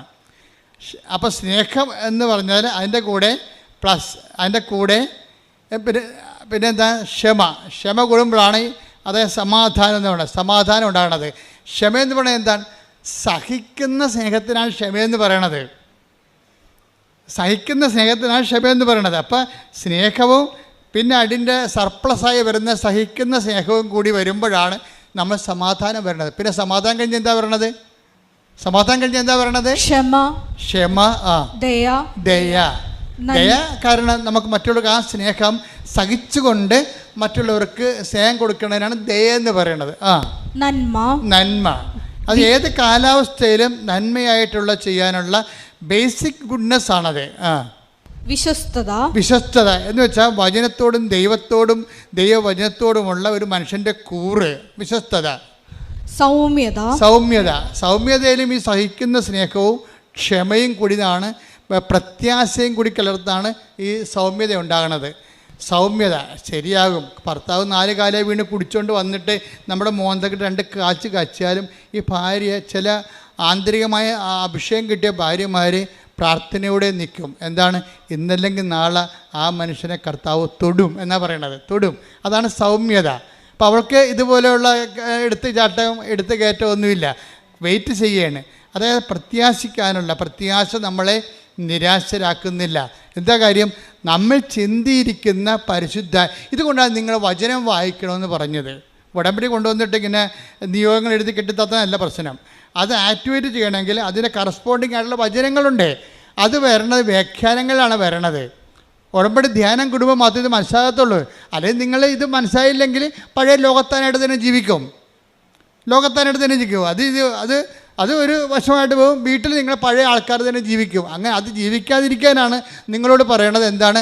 നിങ്ങൾ ഉടമ്പടി ധ്യാനം കൂടണം. പിന്നെന്താ ചെയ്യണത്? അരമണിക്കൂർ വെച്ച് വചനം വായിക്കണം, പ്രാർത്ഥിക്കുക. കർത്താവായ ദൈവമേ, ഉടമ്പടി ധ്യാനം മുടങ്ങാതെ കൂടാനും, ഉടമ്പടി ധ്യാനം മുടങ്ങാതെ കൂടുവാനും, മുടങ്ങാതെ വചനം വായിക്കുവാനും, മുടങ്ങാതെ വചനം വായിക്കുവാനും എന്നെ അഭിഷേകം ചെയ്യണമേ. ശ്രദ്ധിക്കട്ടെ. ഹല്ലേലൂയ, ഹല്ലേലൂയ, ഹല്ലേലൂയ. ഉടമ്പടി ആരാധനയിലൂടെ വചനത്തോടുള്ള ദാഹം ഞങ്ങളിൽ ഉണർത്തണമേ. അഭിഷേകം നൽകണമേ. ഹല്ലേലൂയ. ഈ ജിൻസി എന്ന് പറയുന്ന സഹോദരിയെ കുറിച്ചല്ല നമ്മൾ പറഞ്ഞുകൊണ്ട് ഈ അലക്സിൻ്റെ ഈ അന്ത്യകുദാശ കൊടുത്തെന്ന് പറഞ്ഞ അലക്സിനെ ജിൻസിയുടെ ആ ഉള്ളിലുണ്ടായിരുന്ന ദൈവം കൊടുത്ത വെളിപാട് പോലെ തന്നെ അവിടുന്ന് പൂർണ്ണമായി സുഖപ്പെടുത്തി നടത്തിക്കൊണ്ടാണ് അവൾ തിരിച്ച് വീട്ടിലോട്ട് പോരണത്. ആ സാക്ഷി അവസാനിക്കണം അങ്ങനെയാണ്. ഇത് അതായത് നിങ്ങൾ ഇപ്പം എന്താ സംഭവിച്ചിരിക്കുന്നത് വെച്ചാൽ എന്താണ് ജിൻസിയുടെ ജീവിതത്തിൽ സംഭവിച്ചതെന്ന് ചോദിച്ചാൽ ഞാൻ പറയും, ജിൻസി മൈനർ മിറക്കിളിൽ നിന്ന് മേജർ മിറക്കിളിലേക്ക് ചേഞ്ച് ചെയ്ത്. മനസ്സിലായില്ല? അറിവ് എന്താ പറയണത്? അറിവ് നമുക്കെന്ത് തരുന്നു? അനുഭവം തരുന്നു. ഈ അനുഭവത്തിൽ തന്നെ എന്തൊക്കെയാണ് ഉള്ളത്? മൈനർ എക്സ്പീരിയൻസ് ഉണ്ട്, മേജർ എക്സ്പീരിയൻസ് ഉണ്ട്. ചില ആൾക്കാരൊക്കെ ഈ മൈനർ എക്സ്പീരിയൻസ് മാത്രം കിട്ടി മൂക്കിലെ പനിമാർ മുട്ടയപ്പനിമാർ എന്നൊക്കെ പറഞ്ഞുകൊണ്ട് കുറച്ച് കഴിയുമ്പോൾ മരിച്ചു പോകും. അവരുടെ ജീവിതത്തിൽ മൈനർ എക്സ്പീരിയൻസ് മാത്രമേ ഉള്ളൂ അവർക്ക്. എന്താ കാര്യം? അവിടെ അറിവ് മൈനറാണ്. അതുകൊണ്ടാണ് ഈശോ പറഞ്ഞത്, നിങ്ങൾ ആഴങ്ങളിലേക്ക് നീക്കി വൻമീനുകളെ പിടിക്കാൻ, കൃപയുടെ വൻമീനുകളെ പിടിക്കണം. എന്നുവെച്ചാൽ കുറച്ച് ആധ്യാത്മികതയുടെ ആഴങ്ങളിലേക്ക് നീങ്ങണം. ഉടമ്പടിയുടെ ഒരു പ്രഖ്യാപന ലക്ഷ്യം എന്താ? ഉടമ്പടി നിങ്ങളെ ആധ്യാത്മികതയുടെ ആഴങ്ങളിലേക്ക് നീക്കുന്നു. അതപ്പം നിങ്ങൾക്ക് ഇപ്പം ജിൻസിയെ സംബന്ധിച്ചുള്ള എന്താ സംഭവിച്ചിരിക്കുന്നത്? ഭർത്താവിനെയും കിട്ടി, അവൾ ആധ്യാത്മികമായി വളരുകയും ചെയ്തു. പ്രാർത്ഥിക്കുക. കർത്താവായ ദൈവമേ, അങ്ങ് നൽകുന്ന ശോധനകളില് ശംഖ് പതറിപ്പോകാതെ നിശബ്ദതയോടെ പ്രത്യാശയോടെ പരിശുദ്ധാത്മാവിന്റെ നിറവോടെ ദൈവസ്നേഹത്തോടെ അതിനെ അഭിമുഖീകരിക്കുവാനും അനുഭവത്താൽ എന്താ? അനുഭവം എന്തിനാ? സാക്ഷ്യം പറയാനാണോ? അല്ല. അറിവ് നമുക്ക് അറിവ് നമുക്ക് എന്ത് ചെയ്യും? അനുഭവം തരും. അനുഭവം നമുക്ക് എന്താ തരണത്? ബോധ്യം. ഇപ്പം ജിൻസിക്ക് എന്താ കിട്ടിയിരിക്കണത്? ബോധ്യം. എന്താണ്? ഈ കാലം കഴിഞ്ഞു പോകും, എന്ത് സങ്കടം വന്നാലും ഞാൻ ഉടമ്പടിയെടുത്ത അമ്മ എനിക്ക് വേണ്ടി മധ്യസ്ഥം വഹിച്ചുകൊണ്ടിരിക്കും. അപ്പോൾ ജീവിതത്തെ ഞാൻ എന്ത് ക്രൈസിസ് ആയാലും കാഷ്വാലിറ്റി ആയാലും എനിക്കിനി അതിജീവിക്കാൻ കഴിയും. കാരണം എന്താണ്? ഞാൻ ഉടമ്പടിയിലാണ്. പ്രാർത്ഥിക്കുക. കർത്താവായ ദൈവമേ, ഇത്തരം ആന്തരിക അവബോധത്തിലേക്ക് ആത്മീയ ബോധ്യത്തിലേക്ക് എന്നെ നയിക്കണമേ. അപ്പം ഓരോ സാക്ഷ്യവും ഞാൻ ഇപ്പം നമ്മുടെ പ്രിയപ്പെട്ട അച്ഛന്മാരോട് പറയവേ, കൃപാസനം എന്ന് പറയുന്നത് സാക്ഷ്യമാണ്. എന്താ കാര്യം? സാക്ഷ്യം എന്ന് പറയുന്നത് ബോധ്യമാണ്. അപ്പോൾ ബോധ്യം ആൾക്കാർക്ക് എന്താ കൊണ്ട് നൽകണത്? ബോധ്യമാണ് നൽകണത്. ബോധ്യം. ഇപ്പം അറിവ് അനുഭവം നൽകുന്നു, അനുഭവം നൽകും, ബോധ്യം നൽകും. ഇപ്പം ജിൻസിക്കൊരു ബോധ്യം കിട്ടിയില്ലേ? ഈ ബോധ്യം പക്ഷേ ആദ്യം ഉണ്ടായിരുന്നു, വൈശാഖിനില്ലായിരുന്നു. വൈശാഖ് എപ്പോഴും നോക്കിക്കൊണ്ടിരുന്ന കൃപാസനത്തെക്കുറിച്ച് മോശം വീഡിയോ ആര് പറഞ്ഞാൽ അത് നോക്കും, എന്നിട്ട് കമൻറ്റ് ചെയ്യാൻ വേണ്ടി. അതൊക്കെ അന്ന് കൃപാസനത്തെക്കുറിച്ച് അദ്ദേഹത്തിന് ബോധ്യമില്ലായിരുന്നോ? അപ്പോൾ അദ്ദേഹം അന്ന് ചെയ്യണമെന്ന് വെച്ച് കഴിഞ്ഞാൽ നമുക്ക് ആരോഗ്യമുണ്ട്, നമുക്ക് ജോലി ചെയ്യാം, നമുക്ക് ബുദ്ധിയുണ്ട്, നമുക്ക് പിന്നെ അതുകൊണ്ട് അയാൾ പറയും ഞാൻ അഹങ്കാരിയായിപ്പോയെന്നാണ് പറഞ്ഞത്. വൈശാഖ് പറയുന്ന ഒരു വിഷയമുണ്ട്. അതായത് എപ്പോഴും കുഴപ്പമില്ലാത്ത ഒരു ജോലി എനിക്കുണ്ട്, അതായിരുന്നു എൻ്റെ അഹങ്കാരമെന്ന്.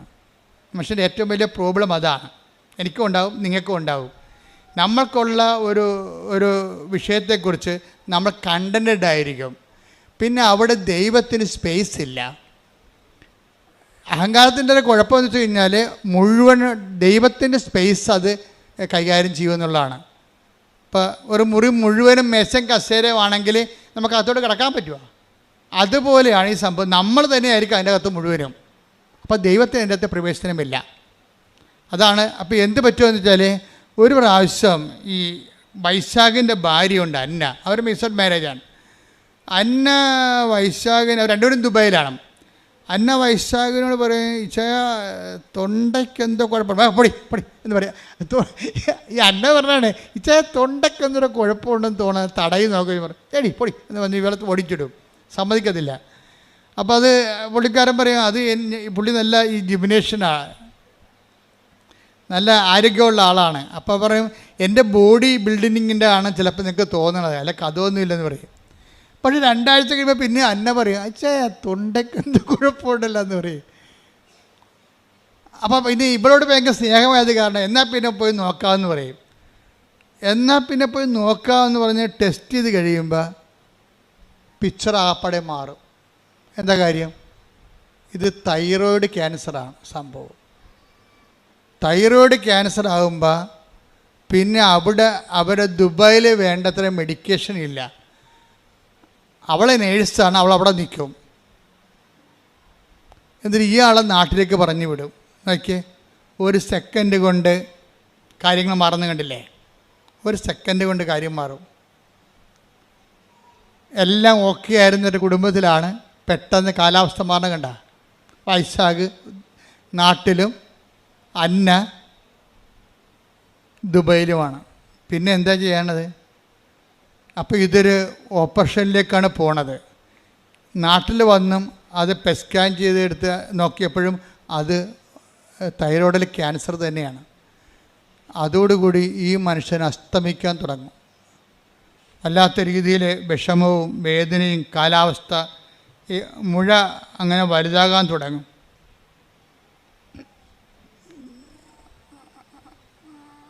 അതോടുകൂടി തൻ്റെ കയ്യിൽ നിന്ന് ജീവിതം വിട്ടുപോകണമെന്ന് കണ്ടപ്പോൾ പിന്നെ എന്താണ്, താൻ പണ്ട് ട്രോള് വായിച്ച് കമൻറ്റ് ചെയ്ത ആ സ്ഥലത്തേക്ക് ഈ മനുഷ്യൻ തിരിച്ചു വരും. ആൾ തിരിച്ചു വന്ന് കണ്ടില്ലേ? കാര്യം അവസാനത്തെ അഭയം. അപ്പോൾ എനിക്ക് മനസ്സിലായി കൃപാസനത്തിൽ വരാം. പണ്ട് ഭാര്യയുമായിട്ട് ഒന്ന് വന്നതാണ്. അന്ന് ഭാര്യനെ കൊണ്ടൊക്കെ എടുപ്പിച്ചിട്ട് ഇവിടെ വരുന്ന ആൾക്കാരെ എണ്ണിക്കൊണ്ടിരിക്കുകയാണ്. ഏതെല്ലാം തരത്തിൽ വൈശാഖ് ചെയ്തുകൊണ്ടിരുന്ന പരിപാടി. ഇവിടെ വരുന്ന ആൾക്കാരൊക്കെ നോക്കും എന്തെല്ലാം തരത്തിലുള്ള ആൾക്കാരുടെ വരുന്നത്. ആൾക്കാരുടെ എണ്ണം കാണുമ്പോൾ കുറേ കാശ് അച്ഛൻ ഉണ്ടാക്കുന്നുണ്ടല്ല. ഇതൊക്കെ ചിന്തിച്ചിട്ടാണ് ഇവിടെ അവിടെ നിന്നത്.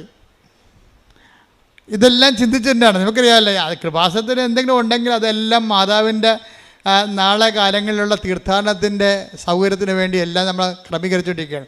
ആർക്കും ഒന്നും ചെയ്യാൻ പറ്റത്തില്ല. എന്നാലും മനുഷ്യൻ ചിന്തിക്കുന്ന ചിന്ത കണ്ടില്ലേ? ദേവാലയത്തിൽ വന്നിട്ടും ചിന്തിക്കുന്നതിനെക്കുറിച്ച് ഭൗതിക ചിന്തയാണ് വരണത്, ആധ്യാത്മിക ചിന്തയല്ല.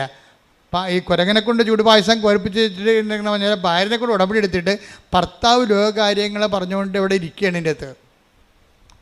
ഇനിയിപ്പോൾ തട്ടിപ്പായിരിക്കുമോ ഇനി? അതൊക്കെയാണ് പുള്ളി ചിന്തിക്കണത്.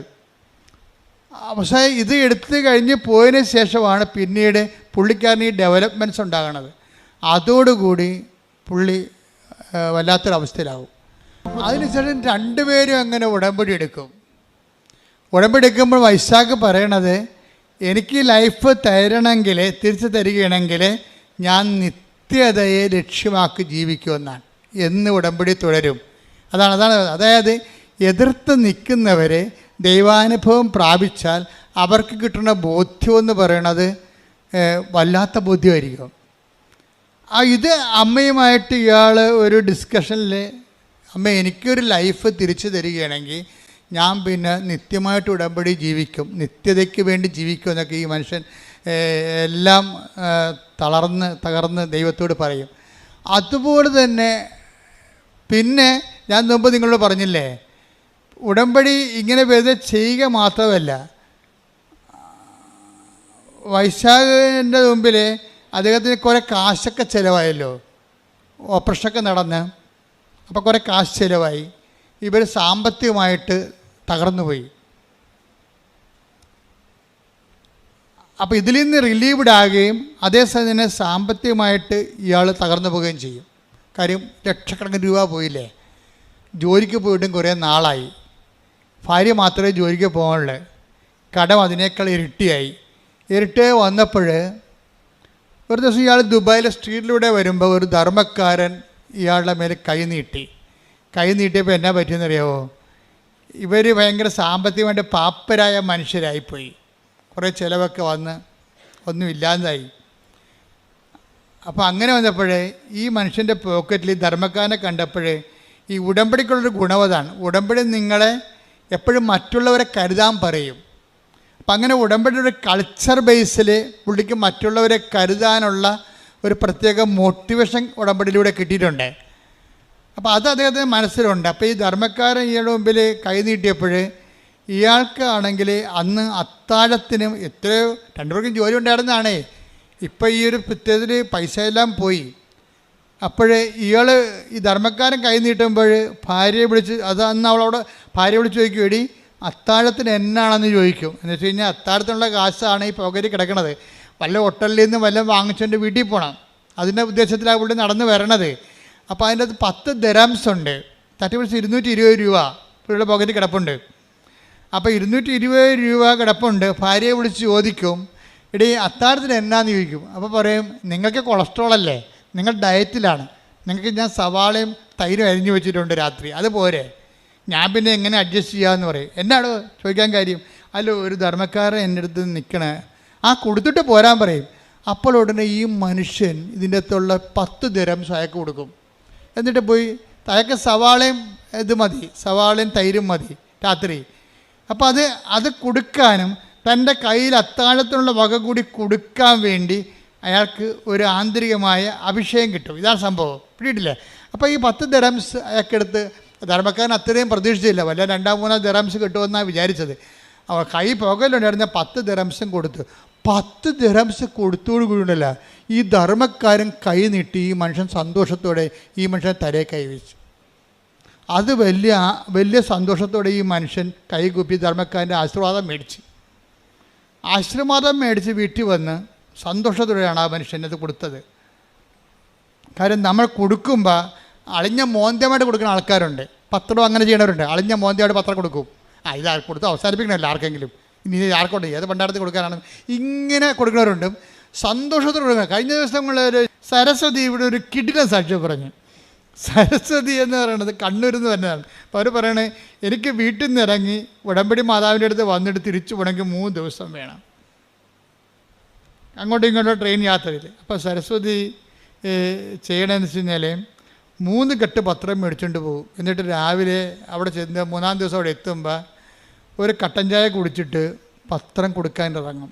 തൻ്റെ അനുഭവങ്ങൾ പറഞ്ഞുകൊണ്ട് സന്തോഷത്തോടെ സന്ധ്യ വരെ ആ പത്രം ആൾക്കാർക്ക് പറഞ്ഞു കൊടുക്കും. വെറുതെ ഇട്ടും പോണതല്ല, തൻ്റെ അനുഭവങ്ങൾ പറഞ്ഞ് ഇതുകൊണ്ട് മാതാവിന് എന്തെങ്കിലും പ്രയോജനം ഉണ്ടാകണമെന്ന് പറഞ്ഞുകൊണ്ട് തന്നെയാണ് ഇത് കൊടുക്കുന്നത്. അത് കൊടുക്കുമ്പോൾ വിശപ്പും ദാഹവും അറിയാതെ അത് ആന്തരിക സൗഖ്യം പ്രാപിച്ചിട്ടാണ് സരസ്വതി തിരിച്ചു വരണത്. അവർക്ക് തന്നെ ആ ഒരു മേഖല പണ്ടുണ്ടായിരുന്ന നിരാശ സങ്കടത്തിൻ്റെ മേഖലയിൽ നിന്നുണ്ട്. അതായത് അവിടെ ഭൗതിക സാഹചര്യം മാറ്റമില്ല, പക്ഷേ ആ ഭൗതിക സാഹചര്യം പണ്ടുണ്ടായിരുന്ന ആഴവും അതിൻ്റെ തീപ്പൊള്ളൽ ഇന്ന് അനുഭവിക്കണില്ല. അവിടെ സരസ്വതിക്ക് ആന്തരിക അഭിഷേകം കിട്ടിയിട്ടുണ്ട്. ആ വിഷയത്തിൽ തനിക്കിപ്പോൾ ഒന്നും സംഭവിച്ചിട്ടില്ല, ദൈവം തന്നെ നോക്കുന്നുണ്ടെന്ന രീതിയിൽ വളരെ ആന്തരികമായ കൃപയിലാണ് ഇവർ പോണത്. പക്ഷെ അവിടെ ജോലി അവർ മനോഹരമായിട്ട് ചെയ്യണേ. ഇത് തന്നെയാണ് ഇപ്പോൾ വൈശാഖിന് സംഭവിച്ചിരിക്കുന്നത്. വൈശാഖിന് അനുഗ്രഹം കിട്ടി, ധർമ്മക്കാരൻ്റെ അനുഗ്രഹം കിട്ടിയോടുകൂടി ഈ മനുഷ്യന് ഭയങ്കര, ഈ നാട്ടുകാരുടെ ഭാഷ പറഞ്ഞാൽ ഈ ഒരു ഭയങ്കര ത്രസിപ്പ് തോന്നി. വന്ന് ഭാര്യയോട് പറഞ്ഞിട്ടും തീരില്ല, അയാളെന്നെ അനുഗ്രഹിച്ചെന്ന് പറയും. അപ്പോൾ വൈഫ് പറയും, അയാളല്ല അനുഗ്രഹിച്ചത്, കർത്താവാണ് ഇങ്ങനെ അനുഗ്രഹിച്ചെന്ന് പറയും. എന്ന് വെച്ചാൽ അയാളിലൂടെ അതാരാണെന്ന് നമുക്കറിയത്തില്ലല്ലോ, അതാരാണ് ധർമ്മക്കാരെന്ന് അറിയത്തില്ലല്ലോ. ചിലപ്പോൾ പരീക്ഷിക്കാൻ വേണ്ടി ദൈവം നിൽക്കണ അറിയത്തില്ലല്ലോ. പക്ഷേ ദൈവം നിന്നതുപോലെയാണ് സംഭവിക്കണത്. പെട്ടെന്ന് പിറ്റേ ദിവസം കമ്പനിയിൽ നിന്ന് വിളിച്ചിട്ട്, വൈശാഖെ നിങ്ങൾ തിരിച്ച് റീജോയിൻ ചെയ്യണില്ലേ, നിങ്ങൾക്ക് എത്ര രൂപ ചിലവായി, നിങ്ങളുടെ ഇൻഷുറൻസ് ശരിയായില്ലെന്നാണ് കമ്പനിയിൽ നിന്ന് കേൾക്കണത്, കമ്പനി പറയണത്. അപ്പോൾ സാറേ ശരിയായിട്ടില്ല, കാശെല്ലാം പോയി, വേറെടുത്ത കാശെല്ലാം പോയി, എല്ലാം ആശുപത്രിയിൽ പോയി, ഇൻഷുറൻസ് ശരിയായിട്ടില്ല, താൻ കുഴപ്പമില്ല ഇങ്ങോട്ട് പോരാൻ പറ്റും. നാളെ തൻ്റെ അക്കൗണ്ടിലേക്ക് ഇപ്പം ഞങ്ങൾ 10 ലക്ഷം ദിർഹംസ് വിടുന്നുണ്ടെന്ന്. ഒന്ന് ചിന്തിച്ചേക്ക്. അയാള് ആ 10 ലക്ഷം ദിർഹംസ് 10 ദിർഹംസിനും കൊടുക്കണം കണ്ടില്ല. അപ്പം ഞാനെങ്ങനെ ഓർത്തെന്നറിയാവോ, ഈ കർത്താവിൻ്റെ വചനം, ആ വചനത്തിൽ നമ്മൾ സന്തോഷത്തോടെ അത് കൈമാറി കഴിയുമ്പോൾ ദൈവം വാഗ്ദാനങ്ങൾ പാലിക്കും ആരോടായാലും. അത് വൈശാഖമായാലും ശരി, അതുപോലെ തന്നെ എക്സോർബൈ ആരാണ് ദൈവത്തോട് സന്തോഷത്തോടെ വചനം പാലിക്കേണ്ടത്? അങ്ങനെ ഒരു വചനമുണ്ട് കേട്ടോ, ലുക്ക 6:38. അതെ, കൊടുക്കുവിൻ നിങ്ങൾക്കും കിട്ടും, പറഞ്ഞ കൊടുക്കുവിൻ നിങ്ങൾക്ക് ലഭിക്കും, അമർത്തിക്കുലുക്കി അമർത്തിക്കുലുക്കി നിറച്ചളന്ന് അവർ നിങ്ങളുടെ മടിയിൽ ഇട്ടുതരും. അതാണ് ആരാണ് തന്നത്? അവനാണ്. ആര്? ദൈവം. ആരുടെ വചനമാണ്? ഇതെല്ലാം വാഗ്ദാനമാണ്. കിട്ടും, കൊടുക്കും, ലഭിക്കും എന്നൊക്കെ പറയുന്നത് എല്ലാം പ്രോമിസാണ്. ഉടമ്പടി വർക്കൗട്ട് ചെയ്യണത് 8870 പ്രോമിസിലാണ് വർക്ക് ചെയ്യണത്. ഞാൻ കോവിഡ് പിടിച്ച് 2 മാസത്തോളം 1.5 മാസത്തോളം, എനിക്ക് 2 പ്രാവശ്യം കോവിഡ് പിടിച്ചു കേട്ടോ. നിങ്ങൾ അറിഞ്ഞോ? നിങ്ങൾ അറിഞ്ഞില്ലല്ലോ അല്ലേ? 2 പ്രാവശ്യം എനിക്ക് കോവിഡ് പിടിച്ച്. എന്താ? ആരാ കോവിഡ് തന്നത്? നിങ്ങളല്ല തന്നത്. ഞാൻ ഇവിടെ നിൽക്കുമ്പോൾ എനിക്ക് കിട്ടിയല്ലേ, ഞാൻ പുറത്ത് പോകണില്ലല്ല. പക്ഷേ എന്താ പ്രശ്നം എന്ന് വെച്ച് കഴിഞ്ഞാൽ കോവിഡ് കാലത്തും ഞാൻ ഇവിടെ തന്നെ ഉണ്ടായിരുന്നു, ജനങ്ങളുടെ വിഷയങ്ങൾ കേട്ടോണ്ട് തന്നെ. അപ്പോൾ ഒത്തിരി പേര് വരുമ്പോൾ ആരെങ്കിലും കയറി കയ്യെ പിടിക്കുക അല്ലെങ്കിൽ അടുത്ത് നിൽക്കുക തുമ്മുക ചെയ്യുമ്പോൾ അത് കിട്ടും. അതാണ് 2 പ്രാവശ്യം കിട്ടിയത്. അപ്പോൾ ആദ്യത്തെ പ്രാവശ്യം കിട്ടിയപ്പോൾ 1.5 മാസം ഞാൻ കിടന്നുപോയി. കാര്യം 1.5 മാസം ഞാനും വിജയകുമാർ മാത്രം എൻ്റെ കയ്യിലും ഉണ്ട്. അപ്പം ഞാനിങ്ങനെ അദ്ദേഹത്തിൻ്റെ ഹോട്ടലിൽ കിടക്കുകയാണ് ഒറ്റയ്ക്ക്. അപ്പോൾ എന്നെ നോക്കിയത് മുഴുവനും നാഫർ എന്ന് പറഞ്ഞൊരു മുസ്ലിം സഹോദരനാണ്. അയാളാണെങ്കിൽ എൻ്റെ പൾസും എൻ്റെ ശ്വാസവും നോക്കാൻ വേണ്ടി വട്ടം കിടക്കുകയാണ് അവിടെ. കഴിഞ്ഞ ദിവസം ഇവിടെ വന്നിട്ടുണ്ടായിരുന്നു, എനിക്ക് ഭയങ്കര ഇഷ്ടപ്പെട്ട അയാളെ കണ്ടപ്പോൾ. ഇവിടെ വന്നിട്ടുണ്ടായിരുന്നു എന്നെ കാണാൻ വേണ്ടി. അന്ന് 1.5 മാസം രാത്രി എനിക്ക് എന്തെങ്കിലും സംഭവിക്കുക, ശ്വാസം കിട്ടാത്ത ദിവസങ്ങളായിരുന്നു അത്. അപ്പോൾ എൻ്റെ മേലിൽ ജവമാല ഉണ്ടായിരുന്നു. അപ്പോൾ ഈ നാഫർ അടുത്ത് കിടക്കുകയാണ് വട്ടം. എന്നിട്ട് ഞാൻ എന്തെങ്കിലും ഒരു പന്തികേട് കണ്ട അപ്പോൾ പുള്ളിക്ക് അകത്തോട്ട് വരാൻ വേണ്ടി പുള്ളി പുറത്ത് കിടക്കുകയാണ്. അപ്പോൾ ഞാൻ ഓർക്കണേ, ഞാൻ എൻ്റെ ജീവിതത്തിൽ ഒരിക്കലും കാണാത്തൊരു മനുഷ്യനാണ്. ഈ ഒരു കാലഘട്ടത്തിൽ എൻ്റെ ബന്ധുക്കളല്ല, സ്വന്തപ്പെട്ടുള്ള സഹപ്രവർത്തകരല്ല, ആരുമല്ല. ഇത് നിങ്ങൾ ഓർക്കണം. എന്താ പ്രശ്നം എന്ന് വെച്ച് കഴിഞ്ഞാൽ, നിങ്ങൾ ഓരോരുത്തരെയും താങ്ങണതും തലോടണമെല്ലാം നാളെ നിങ്ങൾക്ക് അവർ പ്രയോജനപ്പെടുമെന്നുള്ള ഉദ്ദേശത്തിലാണ്. പക്ഷെ നിങ്ങൾ താങ്ങേണ്ടതും തലോടേണ്ടതും ദൈവത്തെ മാത്രമാണ്. എവിടെയെങ്കിലും നിങ്ങൾക്ക് അറ്റാച്ച്മെൻ്റ് ഉണ്ടെങ്കിൽ ആ അറ്റാച്ച്മെൻറ്റ് വെച്ചായിരിക്കും നിങ്ങൾക്ക് പണി കിട്ടാൻ പോണത്. പക്ഷേ ദൈവത്തോട് മാത്രം അറ്റാച്ച്മെൻ്റ് ഉണ്ടെങ്കിൽ നമ്മളുടെ യഥാർത്ഥ സമയത്ത് ദൈവമാണ് ആളെ ദൂത വിടണത്. ഞാൻ നിനക്ക് മുമ്പേ എൻ്റെ ദൂതനെ അയക്കും. ശ്രുതികട ഹല്ലേലൂയ. Take the word of God. ഹല്ലേലൂയ ഹല്ലേലൂയ ഹല്ലേലൂയ ഹല്ലേലൂയ ഹല്ലേലൂയ. യേശുവേ നന്ദി. ഹല്ലേലൂയ ഹല്ലേലൂയ ഹല്ലേലൂയ. യേശുവേ സ്തുതി. ഹല്ലേലൂയ ഹല്ലേലൂയ ഹല്ലേലൂയ ഹല്ലേലൂയ. പുറപ്പാട് 23:20. പുറപ്പാട് 23:20. ഇതാ പറഞ്ഞേ. ഇതാ ഒരു ദൂതനെ നിനക്ക് മുൻപേ ഞാൻ അയക്കുന്നു. അവൻ നിന്റെ വഴിയിൽ നിന്നെ കാത്തുകൊള്ളും. ഞാൻ. അപ്പൊ ഈ നാഫർ ആരാണ് എൻ്റെ ഇരിക്കണേ? അവൻ്റെ ദൂതനാ. ഞാൻ നിനക്ക് മുമ്പേ എൻ്റെ ദൂതനെ അയക്കും എന്നാണ് പറഞ്ഞിരിക്കുന്നത്. ഞാൻ എൻ്റെ ദൂതനെ അയക്കും. എപ്പോഴും നമ്മളെ സംബന്ധിച്ചിടത്തോളം അവനെന്ത് ചെയ്യും? അവൻ നിന്റെ വഴികളിൽ പറഞ്ഞേ നിന്നെ കാത്തുകൊള്ളും. അപ്പം നമ്മുടെ കാവൽ ഏർപ്പെടുത്തിയിരിക്കുന്നത് നമ്മുടെ ബന്ധുക്കളെ സ്വന്തപ്പെട്ടവരൊന്നും അല്ല. ആരെയാണ്?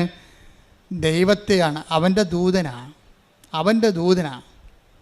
അതായത് ഞാൻ എന്തിനാ ഇപ്പം നിങ്ങളോട് ഇങ്ങനെ പറയുന്നത് വെച്ച് കഴിഞ്ഞാൽ, നിങ്ങളുടെ ടൈം നിങ്ങൾ മാനേജ് ചെയ്യണം. ചില ആൾക്കാർ മക്കളെ എന്ന് പറഞ്ഞ് മരിക്കാൻ നടക്കുകയാണ്. ചില അമ്മമാർ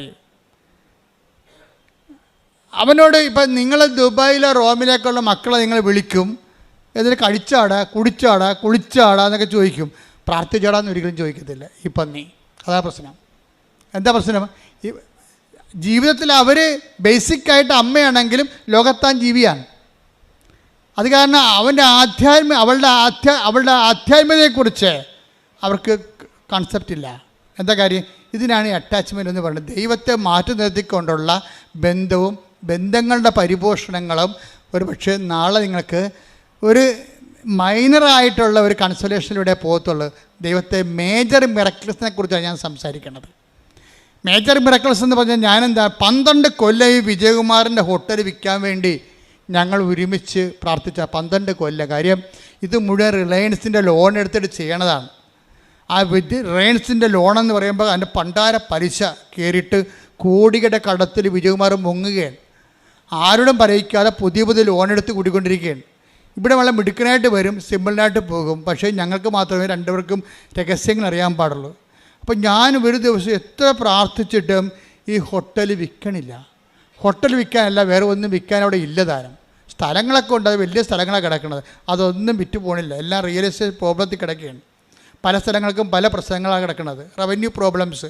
അപ്പോൾ വിജയകുമാർ അങ്ങനെ ഒരു വല്ലാത്തൊരു സീറോ ലെവലിലേക്ക് വരികയാണ്. അപ്പോഴാണ് എനിക്ക് കോവിഡ് വന്നത്. അപ്പം ഞാൻ അപ്പം തന്നെ സാറിനെ വിളിച്ചിട്ട് പറഞ്ഞു, സാറേ എനിക്ക് കോവിഡാണ്, ഞാൻ അങ്ങോട്ട് വരികയാണെന്ന് പറഞ്ഞു. ഓക്കെ അച്ഛൻ കമ്മെന്ന് പറഞ്ഞു, നമുക്ക് ഉടനെ എളുപ്പം വരാൻ പറഞ്ഞു. അപ്പം ഞാൻ അവിടെ ചെന്നിട്ട് പിന്നെ എന്താ ചെയ്തിരിക്കണത്, എനിക്ക് കോവിഡാണെങ്കിലും എന്നെ സംബന്ധിച്ചിടത്തോളം ഞാൻ ആ കോവിഡ് ആശുപത്രി, കോവിഡ് രോഗികളുടെ പോലെ അവിടുത്തെ ഒരു കോയമ്പത്തൂർ ആശുപത്രി കിടക്കണം, ചാർത്തിൽ കിടക്കണം. ഒരു ചാർത്താണ് ഉണ്ടായിരുന്നത്. കാര്യം കോവിഡുകാരെ അവരെല്ലാം കൂട്ടിയിട്ടിരിക്കുകയാണ് അവിടെ കുറേ കോവിഡ്, അന്നത്തെ കാലത്ത് ഭയങ്കര കഷ്ടപ്പാടായിരുന്നു. കോവിഡുകാരെല്ലാം കൂട്ടിയിട്ടിരിക്കുകയാണ്. അതിൻ്റെ കൂട്ടത്തിൽ ഞാൻ കിടക്കുകയാണ്. അപ്പോൾ ഞാൻ കിടന്നതിന് ശേഷം എനിക്ക് രാത്രിയാണ് അവിടെ പോയി അഡ്മിറ്റ് ചെയ്യണത്. പക്ഷേ എന്താ പ്രശ്നമുണ്ടെങ്കിലും ഞാൻ ഈ ആന്തരിക അഭിഷേകം നിങ്ങളോട് എന്താ പറയാൻ കാരണം, ഇത്രയും ഇഷ്യൂസിലാണ് നിൽക്കണത്. ചില കോവിഡുകാർ മരിക്കുന്നുണ്ട്, പക്ഷേ എൻ്റെ ഉള്ളിൽ എനിക്കൊരു പ്രശ്നവുമില്ല. അതിനാണ് ആന്തരിക അഭിഷേകം എന്ന് പറയുന്നത്. അതായത് ഞാൻ റിലീവ്ഡ് ആകുമെന്നും എനിക്ക് I am so live and so happy as if I am not affected by Covid. അതായത് ഇത് സംഭവിക്കാത്ത പോലെ ഞാൻ കോവിഡ് അഫക്റ്റഡ് അല്ലാത്തതുപോലെ ഞാൻ ഹാപ്പിയാണ്. രാത്രി പിന്നെ വ്യത്യാസം 3 മണിയായപ്പോൾ എന്നെ മുറിയിലോട്ട് മാറ്റിയിട്ട് 36 മണിക്കൂർ കഴിഞ്ഞപ്പോൾ എന്നെ വീണ്ടും ഹോട്ടലിലോട്ട് മാറ്റി. അപ്പോൾ ഈ സമയങ്ങളെല്ലാം എൻ്റെ കൂടെ ജപമാല ഇരിക്കണം. അതിൻ്റെ നിങ്ങൾക്ക് അഭിഷേകം, പ്രാർത്ഥനയിൽ അഭിഷേകം വേണമെങ്കിൽ നിങ്ങൾ ജപമാലയിൽ അഭിഷേകം മേടിക്കേണ്ടത്. അതിൻ്റെ കാരണം വെച്ച് കഴിഞ്ഞാൽ ഏത് കാട്ടിലും ഏത് കോവിഡിലും കിടന്നുകൊണ്ട് നിങ്ങൾക്കത് പ്രാർത്ഥിക്കാൻ പറ്റും. ഇത്തിരി ഓർമ്മ മതി. എന്താണ് ജപമാലയ്ക്ക് വേണ്ടിയുള്ള ഇൻവെസ്റ്റ്മെൻ്റ് എന്ന് പറഞ്ഞു കഴിഞ്ഞാൽ ഒരു പൊടിക്ക് ഓർമ്മ, അത്രയേ ഉള്ളൂ.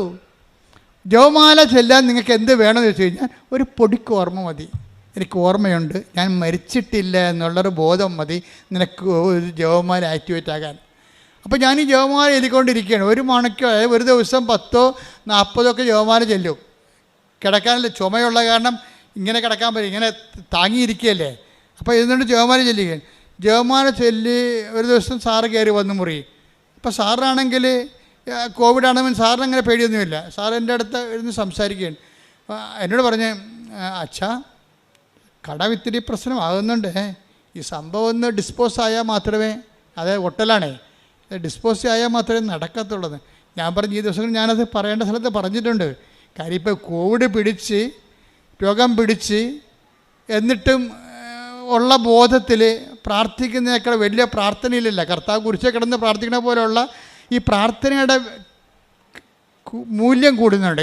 രോഗിയായിട്ട് പ്രാർത്ഥിക്കുമ്പോൾ ഉണ്ടാകുന്ന പ്രശ്നം അതാ, പ്രാർത്ഥനയുടെ മൂല്യം കൂടും. പണ്ട് നമുക്ക് ആരോഗ്യത്തോടെ ഇരുന്ന് പ്രാർത്ഥിക്കുമ്പോൾ ഒരു കൊന്തയ്ക്ക് 10 പോയിൻ്റ് ആണെങ്കിൽ നമ്മളൊരു വലിയ പിടിച്ച് പ്രാർത്ഥിക്കുമ്പോൾ കൊന്തയ്ക്ക് 40 പോയിൻ്റ് ആകും. അതെപ്പോഴും നമ്മൾ ഓർത്തേക്കണം, പ്രാർത്ഥനയുടെ മൂല്യം അത് ഏത് ശാരീരിക മാനസിക അവസ്ഥയിൽ പ്രാർത്ഥിക്കുന്നതെന്നാണ്. അതായത് നിങ്ങൾക്ക് പ്രാർത്ഥനാ വരം കുറവാണെങ്കിൽ തീർച്ചയായിട്ടും ഈ സെക്ഷനിൽ പ്രാർത്ഥിക്കാൻ പറ്റത്തില്ല. ഇപ്പം ഇവിടെ നമ്മൾ ആദ്യം പറഞ്ഞ ജിൻസി എന്നാ പറഞ്ഞതെന്ന് വെച്ച് കഴിഞ്ഞാൽ, ജിൻസിയുടെ ഭർത്താവിന് കിഡ്നി അസുഖമാണെന്ന് കേട്ടപ്പോൾ തന്നെ ജിൻസി എന്താ പറയണത്, എനിക്കിപ്പോൾ പിന്നെ പ്രാർത്ഥന ഒന്നും ഓർമ്മയില്ലെന്നാണ് പറയണത്. അതായത് ഭർത്താവിന് കിഡ്നിയുടെ അസുഖമാണെന്ന് ഡയഗ്നോസ് ചെയ്തപ്പോൾ തന്നെ പിന്നെ എന്താ പറയണത്, എനിക്ക് പ്രാർത്ഥന ഒന്നും ഓർമ്മയില്ല. ഞാൻ പറയണത് പരിശുദ്ധ പരമദിവ്യകാരുണ്യം, എൻ്റെ മാതാവേ, പരിശുദ്ധ എന്താണ് പറയണത് നമുക്കൊരു പിടിയില്ല. പരിശുദ്ധ പരമദിവ്യകാരുണ്യം, എൻ്റെ മാതാവേ. പ്രാർത്ഥനയെല്ലാം മറന്നുപോയി, വിശ്വാസപ്രമാണം മറന്നുപോയി, ജപമാല മറന്നുപോയി, പ്രാർത്ഥിക്കാൻ എന്ത് പ്രാർത്ഥന ആദ്യം പ്രാർത്ഥിക്കണം അറിയാൻ പാടില്ല, അതിൻ്റെ പ്രാർത്ഥനയുടെ സീക്വൻസ് മറന്നുപോയി, ക്രമമെല്ലാം തെറ്റിപ്പോയി. എൻ്റെ മാതാവേ എന്നുള്ളത് അത് ഒരു ചെറിയ മൈനർ പ്രാർത്ഥനാ അനുഭവമാണ്. പക്ഷേ നിങ്ങളുടെ ക്ലേശങ്ങൾ വർദ്ധിക്കുമ്പോൾ നിങ്ങൾ ബോധപൂർവം പ്രാർത്ഥിക്കാൻ കഴിഞ്ഞാൽ അതിന് പ്രാർത്ഥനാ വരമെന്ന് പറയും. എല്ലാവർക്കും ഉള്ളത് പ്രാർത്ഥനയാണ്, പ്രാർത്ഥനാ വരമല്ല. പ്രാർത്ഥനാ വരമെന്ന് പറയുന്നത് പ്രെയർ ഇൻ ഡിഫിക്കൽട്ട് ടൈംസിനാണ് പ്രാർത്ഥനാ വരമെന്ന് പറയും. എല്ലാവർക്കും പ്രാർത്ഥന ചെല്ലാൻ അറിയാം, അത് പക്ഷേ മേജർ ആയിട്ടുള്ള വിഷയം വന്നാൽ അതുകൊണ്ട് പ്രയോജനമില്ല വരും. തന്നെയല്ല, മേജറായിട്ടുള്ള പ്രശ്നം വന്നു കഴിഞ്ഞാൽ പ്രാർത്ഥന കിട്ടത്തില്ല, ചെല്ലാൻ കിട്ടത്തില്ല. അല്ല പറയാം, എനിക്ക് പ്രാർത്ഥന കിട്ടി, ഞാൻ എല്ലാ പ്രാർത്ഥനയും മറന്നുപോയി, ഡിലീറ്റായിപ്പോയി പ്രാർത്ഥന, ആവിയായിപ്പോയി പ്രാർത്ഥന. വിശ്വാസം ആവിയാവുകയും പ്രാർത്ഥന ഡിലീറ്റായും ചെയ്യുന്ന ഒരു ഭയങ്കര കാളരാത്രി.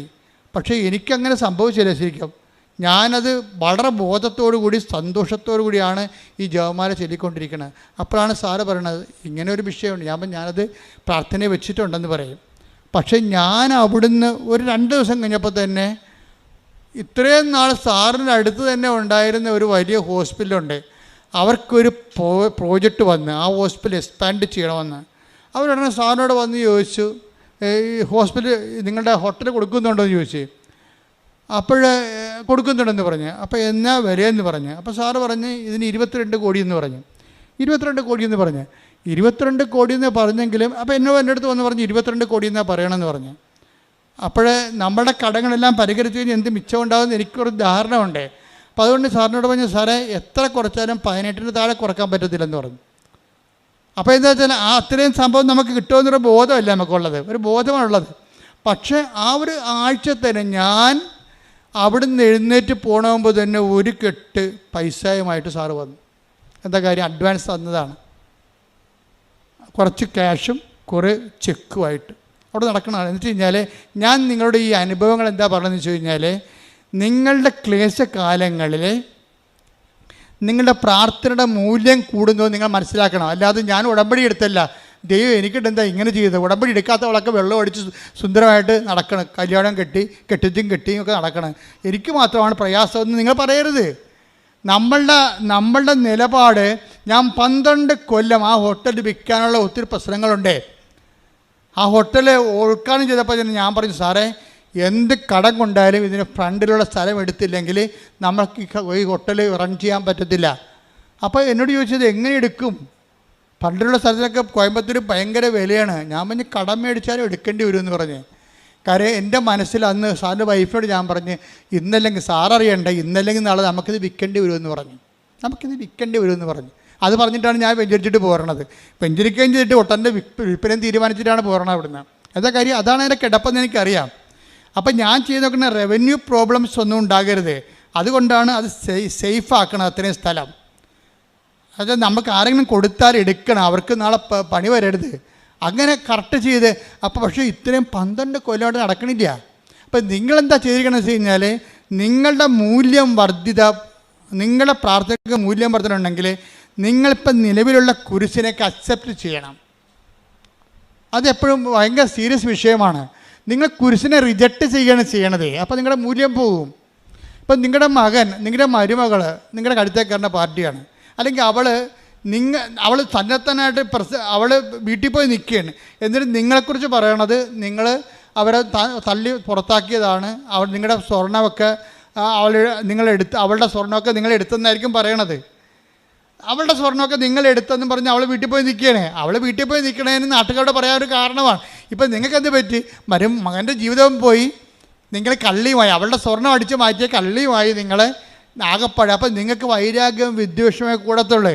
അതല്ല, ആ കുരിശിനെ നിങ്ങൾ ക്രിസ്തുവിൻ്റെ നാമത്തിൽ അക്സെപ്റ്റ് ചെയ്യണം. അവൾ എന്തും പറഞ്ഞോട്ടോ, എൻ്റെ മകൾ നാളെ ശരിയായിക്കൊള്ളും, അല്ലെങ്കിൽ കർത്താവ് അവളെ ശരിയാക്കും. അതിൻ്റെ പേരിൽ നിങ്ങൾ പുതിയ പാപിയായിട്ട് മാറരുത്.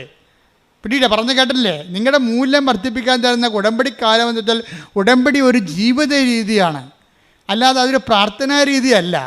ഉടമ്പടിയുടെ ഒരു ജീവിത രീതി, അതിന് ഉടമ്പടിയുടെ തനത് നിലപാടുണ്ട്, തനത് സമീപനമുണ്ട്, എല്ലാ വിഷയങ്ങളും. ഇതിനാണ് മാതാവ് സെപ്റ്റംബർ 7 ഡിസ്പോസിഷൻ എന്ന് പറഞ്ഞത്.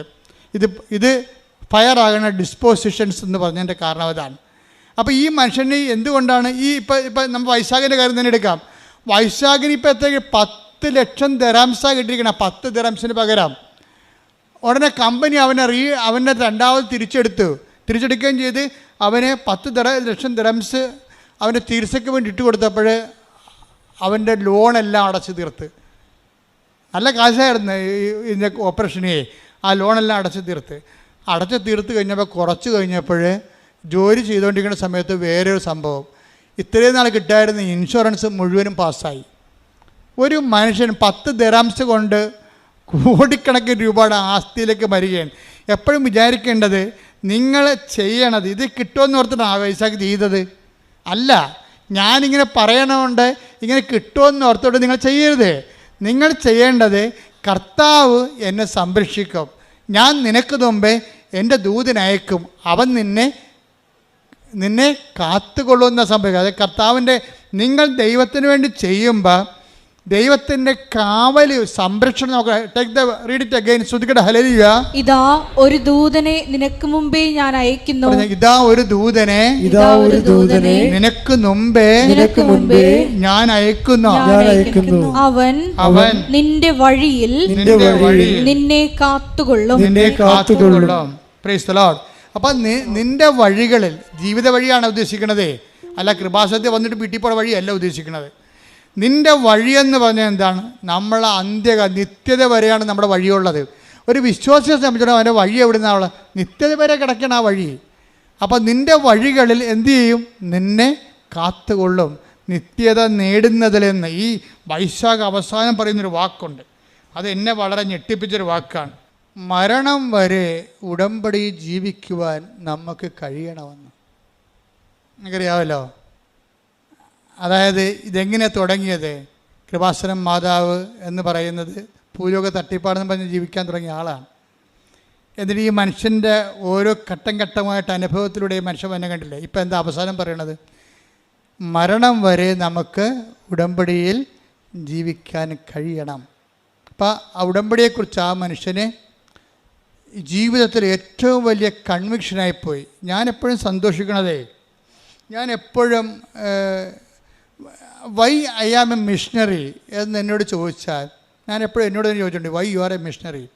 കാരണം എൻ്റെ ഉടുപ്പ്, ഞാൻ എൻ്റെ പട്ടം കിട്ടി 1.5 കൊല്ലം കഴിഞ്ഞപ്പോൾ എൻ്റെ ഉടുപ്പ് ചേഞ്ച് ചെയ്തു. അപ്പോൾ ഞാൻ മിഷണറി ആണെന്നുള്ള ബോധം എനിക്കുണ്ടായിരുന്നു.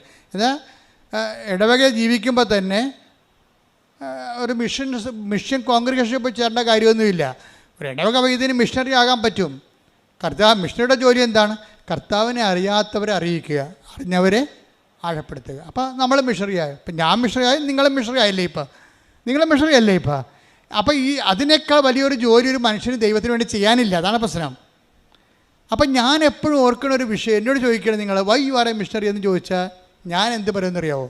എന്നോട് ചോദിക്കണം why you are a missionary എന്ന് ചോദിച്ചാൽ ഞാൻ പറയും, എനിക്ക് ക്രിസ്തു എന്ന് പറയുന്ന ആൾ, ക്രിസ്തുവിനെ കൊണ്ട് ഞാൻ ഒത്തിരിയേറെ കരഞ്ഞിട്ടുണ്ട് സന്തോഷം കൊണ്ട്.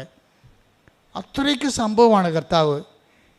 നിങ്ങൾക്ക് ഞാൻ മാതാവ് എനിക്ക് പ്രത്യക്ഷപ്പെടുന്നു പറയുമ്പോൾ നിങ്ങളൊക്കെ ഞാൻ മാതാവുമായിട്ടാണ് ബന്ധമെന്ന്. അങ്ങനെയല്ല, അത് സംഭവം അതല്ല. അമ്മ മാതാവ് പ്രത്യക്ഷപ്പെടുന്ന സാഹചര്യം എന്ന് പറയണത്, ഞാൻ ക്രിസ്തുവുമായിട്ട് ഏതാണ്ട് എനിക്ക് 4 വയസ്സുള്ളപ്പോൾ ഞാനൊരു സ്വപ്നം കണ്ടേ. അതൊരു ആനപ്പുറത്ത് വെള്ള ലോഹയിട്ട് ചുവപ്പ് അങ്കിയിട്ട കർത്താവ് ആനപ്പുറത്ത് പോകണം. ഞാൻ എൻ്റെ ജീവചരിത്രത്തിൽ എഴുതിയിട്ടുണ്ട് 4 വയസ്സിലെ സ്വപ്നം. അന്ന് മുതലാണ് ഞാൻ ഈ കർത്താവിനെ ശ്രദ്ധിക്കാൻ തുടങ്ങിയത്. ഞാൻ പിന്നെ എൻ്റെ അപ്പനുമായിട്ട് 7-ാമത്തെ വയസ്സിലോ അതോ 6-ാമത്തെ വയസ്സിലോ ഞാൻ അപ്പനുമായിട്ട് സന്ധ്യപ്രാർത്ഥന കഴിഞ്ഞ് നടക്കുമ്പോൾ ഞങ്ങളുടെ ചെമ്പരത്തിക്കാട്ടിലെ കർത്താവിൻ്റെ ഒരു വലിയ മുൾക്കിരീടം അഴിഞ്ഞ രൂപം കാണാം. അന്ന് മനസ്സിലായില്ല ഇത് നമ്മുടെ ജീവിതവുമായിട്ട് മുന്നോട്ട് പോകണം. അപ്പം ഞാൻ അപ്പനോട് പറയും, അപ്പ അതേ കർത്താവ് നിൽക്കണേ. ഏത് കർത്താവ് വെച്ചാൽ ഞങ്ങളുടെ വണക്കമാസ പുസ്തകത്തിലൊരു കർത്താവുണ്ട്. ഞങ്ങളുടെ വണക്കമാസ പുസ്തകം ഇരിക്കുന്ന വൈറ്റ് ആൻഡ് ബ്ലാക്ക് കർത്താവിൻ്റെ തലേ മുഴുവൻ മുൾക്കിരീടമാണ്. അപ്പോഴാ കർത്താവിനാണ് ഞാൻ ഇരുട്ടത്ത് ഈ ചന്ദ്രൻ്റെ പ്രകാശത്തിൽ സന്ധ്യയ്ക്ക് ചെമ്പരത്തിക്കാട്ടി കാണുന്നത്. കർത്താവ് എന്നെ വളരെ ശ്രദ്ധിച്ച് നോക്കുകയാണ്. അപ്പോൾ എൻ്റെ കുഞ്ഞു മനസ്സിലുള്ളത് ഞാൻ സ്വപ്നത്തിൽ കണ്ട കർത്താവിൻ്റെ മുഖം തന്നെയുള്ള ഇതെന്ന്. അപ്പോൾ എനിക്കിതിനെക്കുറിച്ച് കർത്താവ് നമുക്ക് വേണ്ടി മരിച്ചെന്നോ കർത്താവിനെ കുറിച്ചിക്കപ്പെടുന്നോ അതും എനിക്കറിയത്തില്ല. എൻ്റെ പ്രായം ചെറുതാണല്ലോ. പക്ഷേ അതേസമയം തന്നെ കർത്താവ് എന്ന് എനിക്ക് പുറത്ത് ഞാൻ പ്രാർത്ഥിക്കണ ദൈവം എൻ്റെ കൺമുമ്പിലുണ്ടെന്നുള്ള ബോധം എനിക്കുണ്ട്. അന്ന് മുതലാണ് ഞാൻ ഈ ആളിലേക്ക് ആകർഷിക്കപ്പെടുന്നത്. എൻ്റെ ലൈഫ് ഹിസ്റ്ററിയിൽ മുഴുവനും അത് എഴുതിയിട്ടുണ്ട്. എന്നിട്ട് കർത്താവ് അവസാനം ഞാൻ പട്ടത്തിന് ചേർന്ന് പട്ടം പഠിക്കി കഴിഞ്ഞ് പട്ടത്തിൻ്റെ സമയത്തൊക്കെ രാത്രിയൊക്കെ പ്രാർത്ഥിക്കുമായിരുന്നു.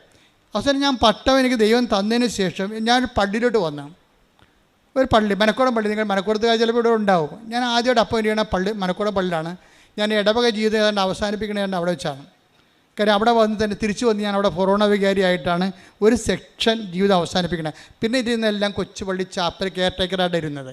ഇപ്പോഴും ഒരു കൊച്ചു പള്ളിയായിരിക്കണേ. അപ്പോൾ അതൊരു സെക്ഷനാണ്. അവിടെ വെച്ചാണ് 2004 അമ്മ മാതാവ് പ്രത്യക്ഷപ്പെടുന്നത്.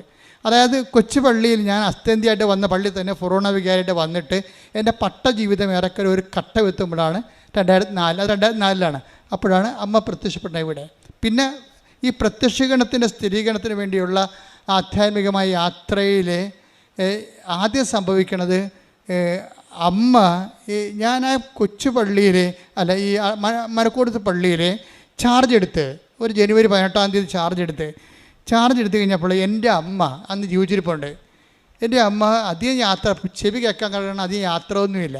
ആ മനക്കോടത്ത് എവിടെയോ ഒരു അടിയന്തരത്തിന് വന്ന അമ്മ അപ്പോൾ എന്നെ കാണാൻ വേണ്ടി വന്നു. ഞാൻ അച്ഛനായി ചാർജ് എടുത്തിട്ട് 3 ദിവസം ആയുള്ളൂ. അപ്പോൾ അമ്മ വന്നപ്പോൾ ഞാനൊരു ഷെഡിൽ താമസിക്കുകയാണ്. കാര്യം അവിടെ ഞാൻ ചെല്ലുമ്പോൾ അവിടെ അച്ഛന്മാർക്ക് താമസിക്കാൻ സ്ഥലമില്ലായിരുന്നു. ചവവണ്ടി ഇട്ടിരുന്ന സ്ഥലത്തുനിന്ന് ചവവണ്ടി അവരെടുത്ത് മാറ്റിയിട്ട് എന്നെ കയറ്റി കിടത്തി അവിടെ. അത്രയുള്ള സംഭവം. ആ ഒരു കാലമാണത്. കാര്യം ആ പള്ളിയിൽ ഇന്ന് നല്ല സിറ്റുവേഷൻ ഉണ്ട് അവിടെ. ഞാനും കൊറോണ വികാരിയായിരുന്നു. അപ്പോൾ നല്ല രീതിയിൽ അവിടെ പോയി താമസിച്ചത്. പക്ഷേ ഞാൻ തുടങ്ങിയത് ശവവണ്ടി എൻ്റെ അരികിൽ കിടക്കും, ഞാൻ ഇപ്പുറത്ത് ഷെഡിൽ കിടക്കും. ഷെഡിൽ കിടന്ന് ശവവണ്ടി പുറത്തെടുത്തിട്ട് അതിനൊരു പ്രത്യേക ഒരു ചാർത്തെടുത്തിട്ട് ഞാൻ ഈ ഷെഡിൽ ഒരു കട്ടിലിട്ട് അവിടെ കിടക്കും. അങ്ങനെയാണ്. അവിടെ ആണ് അമ്മ വരണത്. അപ്പോൾ അമ്മ വന്നിട്ട് അമ്മ എനിക്ക് ഒരു പടം തന്ന്. കാര്യം ഞാൻ സംസാരിക്കുമ്പോൾ സ്വരത്തിൽ സംസാരിക്കണം, അമ്മയ്ക്ക് അധികം കേൾക്കാൻ പാടില്ല. അപ്പോൾ അമ്മ അധികം സംസാരിക്കണില്ല. ഞാനൊരു അടിയന്തരത്തിൽ വന്നാണെന്ന് എന്നെ പറഞ്ഞ് മനസ്സിലാക്കിയിട്ട് അമ്മ എനിക്കൊരു പടം തന്ന്. പടം കണ്ടോടുകൂടി കണ്ണ് നിറഞ്ഞു പോയി. എന്താ കാര്യം? ഞാൻ ആ 6 വയസ്സിൽ മറ്റേ ചെമ്പരത്തിക്കാട്ടി കണ്ട അതേ പടം, അമ്മയുടെ വണക്കമാസ പുസ്തകത്തിൽ പണ്ടുണ്ടായിരുന്ന പടം തിരിച്ച് അമ്മ എനിക്ക് തന്നു. അതൊരു സ്ഥിരീകരണമാണ്. എന്നുവെച്ചാൽ നിൻ്റെ കൂടെ നീ ഇന്ന് എൻ്റെ ജോലി ചെയ്യാൻ തുടങ്ങിയിരിക്കണം. എൻ്റെ ജോലി നിന്നെ ഞാൻ വിളിച്ചത് 4 വയസ്സിലും 6 വയസ്സിലുമാണ് നിന്നെ വിളിച്ചത്. അത് നീ തുടങ്ങിയിരിക്കുകയാണ്. ഒരു ഓർമ്മ, ഞാൻ നിൻ്റെ കൂടെ ഉണ്ട്. മുൾക്കിരീടം വഹിച്ചാണെങ്കിലും ഞാൻ നിൻ്റെ കൂടെ ഉണ്ട് എന്നുള്ള ബോധ്യങ്ങൾ. ഈ ക്ലേശകാലങ്ങളിലൂടെ കടന്നു പോകുമ്പോഴെല്ലാം ദൈവത്തിൻ്റെ സാന്നിധ്യവും ഛായയും നമ്മുടെ കൂടെ ഉണ്ട് എന്നുള്ള ബോധ്യം. അല്ലാതെ നിങ്ങൾക്ക് എന്തെങ്കിലും ക്ലേശങ്ങൾ വരുമ്പോൾ ഉടനെ ദൈവം എന്നെ കൈവിട്ടു, ഉടമ്പടി എടുത്തിട്ട് എന്ത് കാര്യം? ഉടമ്പടി എടുക്കാത്തവന്മാരൊക്കെ അടിച്ചോട് ജീവിക്കണം, ഞാൻ മാത്രം നരകിക്കണം എന്നൊക്കെ പറഞ്ഞിട്ട് ഇല്ലാത്ത ശാസി ഡയലോഗ് അടിക്കരുത്. മിണ്ടാതിരിക്കണം, മൗനമായിരിക്കണം. മറിയത്തെ പോലെ ഹൃദയത്തിൽ സംഗ്രഹിക്കണം. ശ്രദ്ധിക്കട്ടെ. ഹല്ലേലൂയ. ഹല്ലേലൂയ, ഹല്ലേലൂയ, ഹല്ലേലൂയ. കാലങ്ങളിൽ പോലെ മൗനാലം പിടിച്ച് കൃപ കരയേറ്റുവാൻ അഭിഷേകം ചെയ്യണമേ. ഹല്ലേലൂയ. പരിശുദ്ധ പരമദിവ്യകാരുണ്യത്തിന് ആരാധനയും സ്തുതിയും പുകഴ്ചയും ഉണ്ടായിരിക്കട്ടെ. അപ്പോൾ ഇതൊക്കെ ആക്സിഡൻ്റലായിട്ട് സംഭവിച്ചാണെന്ന് നിങ്ങൾ പറയരുത്. നമ്മുടെ ജീവിതത്തിൽ ഒന്നും അങ്ങനെ ആക്സിഡൻ്റലായിട്ട് സംഭവിക്കത്തില്ല. എല്ലാത്തിൻ്റെ പിന്നിൽ ദൈവത്തിൻ്റെ ഒരു കണക്ക് കൂട്ടലുണ്ട്. കാര്യം അമ്മ എനിക്ക് ഈ രൂപം തന്നപ്പോൾ ഞാൻ പെട്ടെന്ന് ഓർത്തത്, തലേ ദിവസം അവിടെ അർത്ഥിയിൽ തിരുമല ഭാഗത്ത് ഒരു മണിസാറുണ്ടായിരുന്നു. അപ്പോൾ മണിസാറിൻ്റെ അടുത്ത് പോയി പഠിക്കുന്ന ഒരു ഈഴവ സമുദായത്തിലൊരു സഹോദരനുണ്ടായിരുന്നു. എൻ്റെ വലിയ അടുത്ത ആത്മസുഹൃത്താണ്, ഇപ്പോഴും അങ്ങനെയാണ്. അപ്പോൾ ചിത്രൻ എന്നാണ് അദ്ദേഹത്തിൻ്റെ പേര്. ചിത്രൻ തലേ ദിവസം വന്ന് പറഞ്ഞു, അച്ഛാ മണിസാറിൻ്റെ ക്ലാസ്സിൽ എൻ്റെ ഡ്രോയിങ് കഴിഞ്ഞു, ഞാൻ ഇനി ഫീൽഡ് വർക്കിന് ജോലിക്ക് ഇറങ്ങാൻ പോകണമെന്ന് പറഞ്ഞു. അത് തലേ ദിവസം അമ്മ പറഞ്ഞതിന് തലേ ദിവസമാണത് പറഞ്ഞത്. അപ്പോൾ അമ്മ പോയി കഴിഞ്ഞപ്പോൾ ഞാൻ ചിത്രനെ ഓർത്തു, ദൈവമേ ചിത്രൻ പെയിൻറ്റ് ചെയ്യുമില്ല, ചിത്രനെ വിളിക്കാമെന്ന് പറഞ്ഞു. അപ്പോൾ ചിത്രനോട് പറഞ്ഞു, എടാ എല്ലാം കൂടി എൻ്റെ അടുത്ത് 2000 രൂപയുണ്ട്. അന്നത്തെ 86 2000 രൂപയാണ്. ഇതാണ് എൻ്റെ ഉള്ളത്, അത് ഞാൻ നിനക്ക് തരാം. നീ എനിക്ക് ഈ ചിത്രം ഒരു ക്യാൻവാസിൽ വരച്ച് തരണമെന്ന് പറഞ്ഞു. അപ്പം അന്നത്തെ 2000 രൂപ എന്ന് പറഞ്ഞാൽ നിങ്ങൾക്കറിയാമല്ലോ, ഇന്നത്തെ ഒരു അന്ന് 86 ഇപ്പോൾ എത്രയോ വർഷം കഴിഞ്ഞ് 38 വർഷമായില്ലേ. അപ്പോൾ അന്നത്തെ 2000 രൂപയ്ക്ക് അതിൻ്റെ വില ഉണ്ട്. എത്രയാണെന്ന് എനിക്കറിയാൻ പാടില്ല, മൂല്യം ഇന്നത്തെ മൂല്യം എന്താണെന്ന് എനിക്കറിയാൻ പാടില്ല. ഞാൻ ആ ചിത്രത്തിന് 2000 രൂപ കൊടുത്ത് പറഞ്ഞ് ഇതൊന്ന് വരച്ച് തരാൻ പറഞ്ഞു. എന്താണ്? എനിക്കത് സൂക്ഷിക്കാൻ വേണ്ടിയാണ്. ഞാനത് സീരിയസ് ആയിട്ട് എടുത്തു. ദൈവം എൻ്റെ ജീവിതത്തിലൂടെ സഞ്ചരിച്ച് വന്ന് എത്തിയിട്ടുള്ള വഴികളെക്കുറിച്ച് പിന്നെ ഞാൻ ചെയ്യണത് ആ അന്നത്തെ കാലത്ത് വരപ്പിച്ചെടുത്ത ചിത്രം പിന്നെ ഞാൻ എന്ത് ചെയ്യണമെന്ന് വെച്ച് കഴിഞ്ഞാൽ എല്ലാ ഇടവകയിൽ ചെല്ലുമ്പോഴും യാത്ര ട്രാൻസ്ഫർ ആകുമ്പോൾ എല്ലാ വണ്ടിയും പുസ്തകവും ചെടിച്ചട്ടിയും എല്ലാം കയറ്റി വിടും. പക്ഷേ ഞാൻ പോകുമ്പോൾ എൻ്റെ കാറിൽ ഈ ചിത്രം മടി വെച്ചുകൊണ്ടാണ് ഞാൻ പോണത്. അത് ഒരു ബന്ധമാണ് ശരിക്കും. എൻ്റെ കാറിൽ ചിത്രം ഉണ്ടാവും. എന്നിട്ട് ഞാൻ അവസാനം കൃപാസനം സ്ഥാപിച്ച് എനിക്ക് സ്വന്തമായിട്ടൊരു ഓഫീസായി ഇവിടെ. ഇപ്പോൾ ഇവിടെ ഞാൻ ഇപ്പോൾ ഒരു 10 കൊല്ലമായെന്ന് തോന്നി ഈ ഓഫീസിലായിട്ട്. ഓഫീസായപ്പോൾ എനിക്കൊരു സ്ഥിരപ്രതിഷ്ഠയുടെ ഓഫീസ് കിട്ടിയില്ല. ഞാൻ പിന്നെ കൊണ്ടുവന്ന് പടമെടുത്ത് എൻ്റെ പിന്നിൽ വെച്ചിട്ടുണ്ട്. ഇപ്പം നിങ്ങൾ എൻ്റെ മുറി കാണുമ്പോൾ ഇപ്പോൾ ആൾക്കാർക്ക് കയറാൻ പറ്റത്തില്ല, പണ്ട് കയറാൻ പറ്റുമായിരുന്നു. ആ മുറിയിൽ ആ പടം ഞാൻ ഇരിക്കണതിൻ്റെ ബാക്കിൽ ആ പടം വെച്ചിട്ടുണ്ട്. അപ്പോൾ എന്താ കാര്യം? ഇതൊരു ദൈവവുമായിട്ടുള്ള ബന്ധം ഒരിക്കലും നിങ്ങൾ ഒക്കേഷണൽ ആക്കരുത്. നിങ്ങൾ ഉടമ്പടിയിലാണെങ്കിൽ ഉടമ്പടി എപ്പോഴും ഞാൻ കൂടെയുണ്ടെന്ന് കാണിച്ചുകൊണ്ടിരിക്കും. പക്ഷേ ഇത് കണ്ടെത്താൻ കഴിയണം. കാര്യം ഉടമ്പടി എന്ന് പറയുമ്പോൾ നിങ്ങൾക്കറിയാമല്ലോ, വിശ്വാസം തന്നെ ആ ശരിക്കും നമ്മൾ ഇൻവെസ്റ്റഡ് വിശ്വാസമുണ്ട്. അത് നമ്മൾ ഒരു നമുക്ക് ഇൻവെസ്റ്റ്മെൻ്റ് ഇല്ലാത്ത വിശ്വാസമുണ്ട്. അപ്പം മാതാപിതാക്കന്മാരുടെ ഗ്യാരണ്ടിയിൽ നമ്മൾ വേണമെങ്കിൽ മാതാപിതാക്കന്മാർ ക്രിസ്ത്യാനികളായതുകൊണ്ട് നമുക്ക് വിശ്വസിച്ച് അങ്ങനെ ജീവിക്കാൻ പറ്റും. അപ്പോൾ നമ്മുടെ ഇൻവെസ്റ്റ്മെൻ്റ് ഇല്ല. പക്ഷെ നമ്മുടെ പേരിൽ കൂട്ടിയ വിശ്വാസമുണ്ട്. ഇപ്പോഴും പലർക്കും തന്നെ ഒരു കുഴപ്പം വെച്ച് കഴിഞ്ഞാൽ അവരുടെ മാതാപിതാക്കന്മാർ ക്രിസ്ത്യൻസ് ആയതുകൊണ്ട് അവരങ്ങനെ ക്രിസ്ത്യൻസായിട്ട് ജീവിക്കുന്നു. അപ്പം നിങ്ങളുടെ വിശ്വാസ പ്രമാണം എന്ന് പറയുന്ന സംഭവത്തിൽ നിങ്ങളുടെ പേരല്ല കിടക്കണത്. കാര്യം നിങ്ങളുടെ പേര് കൂട്ടിയിട്ടില്ല. നിങ്ങളെ വിശ്വാസ പ്രമാണം എപ്പോഴും പേരിൽ കൂട്ടണം നമ്മൾ. എന്നിട്ട് നിങ്ങൾ തൻ്റെ പേര് സ്വന്തമായിട്ട് പിടിക്കണം. നിങ്ങളുടെ പേരിൽ അപ്പൻ്റെ നിന്ന് കിട്ടിയ വിശ്വാസമാകാം, അപ്പൂപ്പൻ്റെ നിന്ന് കിട്ടിയ വിശ്വാസമാകാം, തോമസ് ലിയെ ആരും ആയിക്കൊള്ളട്ടെ. അതൊന്നും പാരമ്പര്യമായിട്ട് ആശയപരമായിട്ട് ശരിയാണെങ്കിലും പ്രായോഗികമായിട്ട് ശരിയാകത്തില്ല. കാര്യം കർത്താവ് ചോദിക്കുന്നത് അങ്ങനെ തോമസ് ലിയായും ഫ്രാൻസിസ് സേവ്യറും അങ്ങനെ പലരും പല കാര്യങ്ങൾ എന്നെക്കുറിച്ച് പറയും. Whom do you say that I am? അതാണ് പത്രോസിനോട് ചോദിക്കുന്നത്. അങ്ങനെ പലരും പലതും പറഞ്ഞിട്ടുണ്ട്. പക്ഷേ ഞാൻ ആരാണെന്നാണ് നിങ്ങൾ പറയുന്നത്. അതാണ് പ്രശ്നം. നമ്മൾ പറയണം. അപ്പോഴാണ് നമ്മുടെ പേരിൽ കൂട്ടി തൻ്റെ പേര് പിടിക്കണത്. പിന്നെ നമ്മൾ ടാക്സ് അടച്ചുകൊണ്ടിരിക്കണം. ഈ ടാക്സ് അടക്കണം. ഇപ്പോൾ എനിക്ക് കോവിഡ് വന്നു. കോവിഡ് വിജയകുമാറിൻ്റെ പരിപാടി എന്താണ്?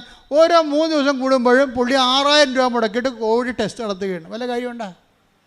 അച്ഛൻ സുഖപ്പെട്ടാന്ന് അറിയാൻ വേണ്ടി ഈഗർനെസ് അനുസരിച്ചുകൊണ്ട് പ്രൈവറ്റായിട്ട് അങ്ങനെ ചെയ്യാൻ പാടില്ലാത്തതാണ്.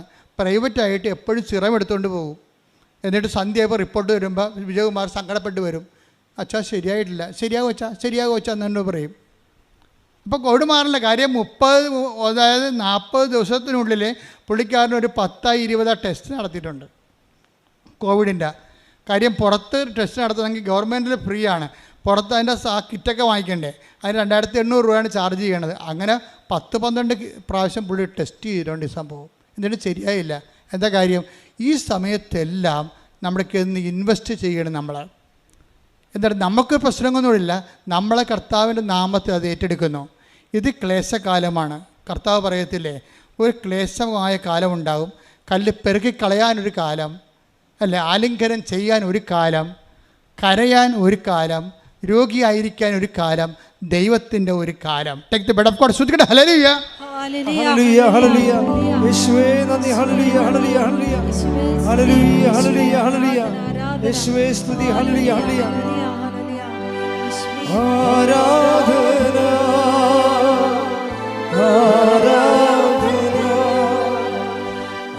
ആരാധന ആരാധന. സഭാപ്രസംഗകൻ 3:5. സഭാപ്രസംഗം 3:5.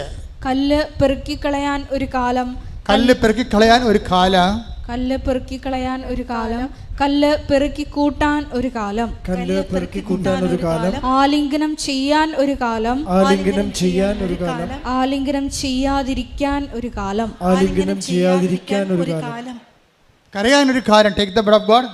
സഭാപ്രസംഗം 3:4. കരയാൻ ഒരു കാലം, കരയാൻ ഒരു കാലം, ചിരിക്കാൻ ഒരു കാലം, ചിരിക്കാൻ ഒരു കാലം, വിലപിക്കാൻ ഒരു കാലം, വിലപിക്കാൻ ഒരു കാലം, നൃത്തം ചെയ്യാൻ ഒരു കാലം, നൃത്തം ചെയ്യാൻ. അപ്പം ചില കാലങ്ങൾ ദൈവഹിത പ്രകാരമായിട്ട് വരും. അത് സന്തോഷത്തോടെ അക്സെപ്റ്റ് ചെയ്യണം. അല്ല, അവർക്ക് വന്നില്ലല്ലോ കാലം, എനിക്ക് മാത്രം ഉടമ്പടി എടുത്ത് എനിക്ക് മാത്രമാണുള്ള ദുഃഖം, എനിക്ക് മാത്രമായ രോഗം എന്ന് പറഞ്ഞ് ദൈവത്തെ മുൾമുനെ നിർത്തരുത്. ഇത് കർത്താവ് എനിക്ക് നൽകുന്ന കൽപ്പന നൽകുന്ന കാലമാണ്. ഇത് ഞാൻ ദൈവഹിതമായിട്ട് അക്സെപ്റ്റ് ചെയ്യാം. എന്നിട്ട് ഈ കുരിശിന് ഞാൻ വിശ്വാസം, പ്രത്യാശ, സ്നേഹം ഇൻവെസ്റ്റ് ചെയ്തുകൊണ്ട് ഇതിനെ കൺവേർട്ട് ചെയ്ത് കൃപയാക്കി മാറ്റും. അങ്ങനെയാണ് കൃപയുടെ കോടീശ്വരനാകണത്. അങ്ങനെയാണ് നമ്മുടെ മൂല്യം വർദ്ധിക്കണത്. അതാണ് ദൈവ തിരുസന് സമ്പന്നനാകാതെ തനിക്ക് വേണ്ടി തന്നെ സമ്പത്ത് സ്വീകരിക്കേണ്ട സ്ഥിതിയെ. Take the word of God. ശ്രുതിക്കട്ടെ ഹല്ലേലൂയ. ഹല്ലേലൂയ. യേശുവേ നന്ദി. ഹല്ലേലൂയ ഹല്ലേലൂയ ഹല്ലേലൂയ ഹല്ലേലൂയ ഹല്ലേലൂയ ഹല്ലേലൂയ ഹല്ലേലൂയ. യേശുവേ സ്തുതി. ഹല്ലേലൂയ. ലൂക്ക 12:21. ലൂക്ക 12:21. ഇതുപോലെയാണ് ദൈവസന്നിധിയിൽ സമ്പന്നനാകാതെ തനിക്ക് വേണ്ടി സമ്പത്ത് ശേഖരിച്ചു വെക്കുന്നവനും തനിക്ക് വേണ്ടി സമ്പത്ത് ശേഖരിച്ചു വെക്കണവന് ലോകായിക രൂപയിൽ പോട്ടെ, അത് വിഷയമല്ല. ദൈവത്തിരുസന്നിധി സമ്പന്നനാകണമെന്ന് പറഞ്ഞാൽ എന്താണ്? കൃപയിൽ സമ്പന്നനാകുക എന്നതിൻ്റെ അർത്ഥം. കാരണം ദൈവം വിലമതിക്കണത് എന്താണ്? കൃപയാണ്. മാതാവിൻ്റെ മുമ്പിൽ വന്നുകൊണ്ട് മാലാഖ സ്തുതി പറയാൻ കാര്യം എന്താണ്? കരുത്വമേനെ എന്ന് പറയാൻ കാര്യം എന്താ? കൃപ നിറഞ്ഞവളെ സ്വസ്തി. ദൈവം മൂല്യം കൊടുക്കണത് എന്താ? കൃപയാണ്. കൃപാസനത്തിൽ വരുമ്പോൾ, ഉടമ്പടി ചെയ്യുമ്പോൾ നിങ്ങൾ ചിന്തിക്കേണ്ടത് മറ്റ് സ്ഥാവര ജംഗ വസ്തുക്കളുടെ വീണ്ടെടുപ്പും വികസനത്തെക്കാൾ ഉപരി ദൈവവുമായിട്ടൊരു ബന്ധപ്പെടുത്തുകയും നിങ്ങളുടെ അടുത്ത് ഇൻവെസ്റ്റ് ഉണ്ടാക്കുകയും കുരിശിന് നിങ്ങളെ വിശ്വാസം കൊണ്ട്, കുരിശിന് നിങ്ങളെ പ്രത്യാശ കൊണ്ട്, കുരിശിന് നിങ്ങളെ അതുപോലെ തന്നെ സ്നേഹം കൊണ്ട് അതിനെ കൺവേർട്ട് ചെയ്ത് കൃപയാക്കി മാറ്റണം. അപ്പോൾ ആ കൃപ നിങ്ങളുടെ ആത്മാവിൻ്റെ കൂടെ ഉണ്ടാകുന്നതനുസരിച്ച് കൊണ്ട് നിങ്ങൾ ദൈവത്തിരുസന്നിധിയിൽ മൂല്യമുള്ളവരായിട്ട് മാറും. അതാണ് 12:51. ദൈവത്തിരുസന്നിധി സമ്പന്നരാകുക. പ്രാർത്ഥിക്കത്താവേ, ഉടമ്പടിയിലൂടെ ദൈവത്തിരുസന്നിധിയിൽ സമ്പന്നരാകുവാൻ ഞങ്ങളെ അഭിഷേകം ചെയ്യണം. ഞങ്ങളെ അഭിഷേകം ചെയ്യണമേ. അപ്പൊ നമ്മൾക്കറിയാം ഓരോ ക്രൈസിസും നമ്മളെ സമ്പന്നരാക്കുകയാണ് ചെയ്യണത്. കഴിഞ്ഞ ദിവസങ്ങളിൽ ഒരു സാക്ഷ്യം ഉണ്ടായിരുന്നു. അതിനാ സാക്ഷി ജോളി വിൻസെൻ്റ്, ക്ലാപ്പന, കൊല്ലത്ത് ക്ലാപ്പന എന്ന് ജോളി വിൻസെൻ്റ്. ഇപ്പം ജോളിയും വിൻസെൻറ്റും ഒരു സ്വപ്നം കണ്ട്, രണ്ടുപേരും രണ്ടിടത്ത് വെച്ച് ഒരേ സ്വപ്നം കണ്ട്. ഈ ദൈവത്തിൻ്റെ വഴികൾ കണ്ടില്ലേ? ദൈവത്തിൻ്റെ വഴികൾ ഭയങ്കര വിസ്മയാവഹമാണ്. എന്താ കാരണത്? ഭർത്താവും ഭാര്യയും ഒരേ സ്വപ്നം രണ്ടിടത്ത് വെച്ച് കണ്ടു. എന്താ കണ്ടത്? എന്താണ്? മകനെ മകൻ അപകടപ്പെടും.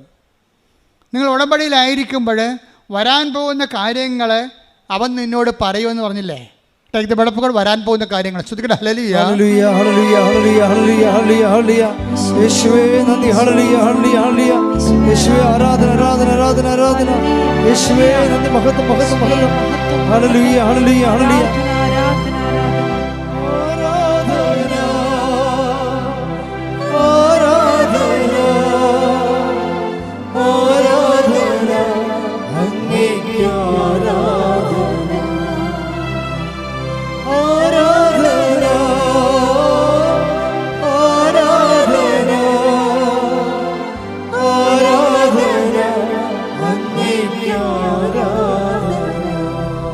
യോഹന്നാൻ 16:14.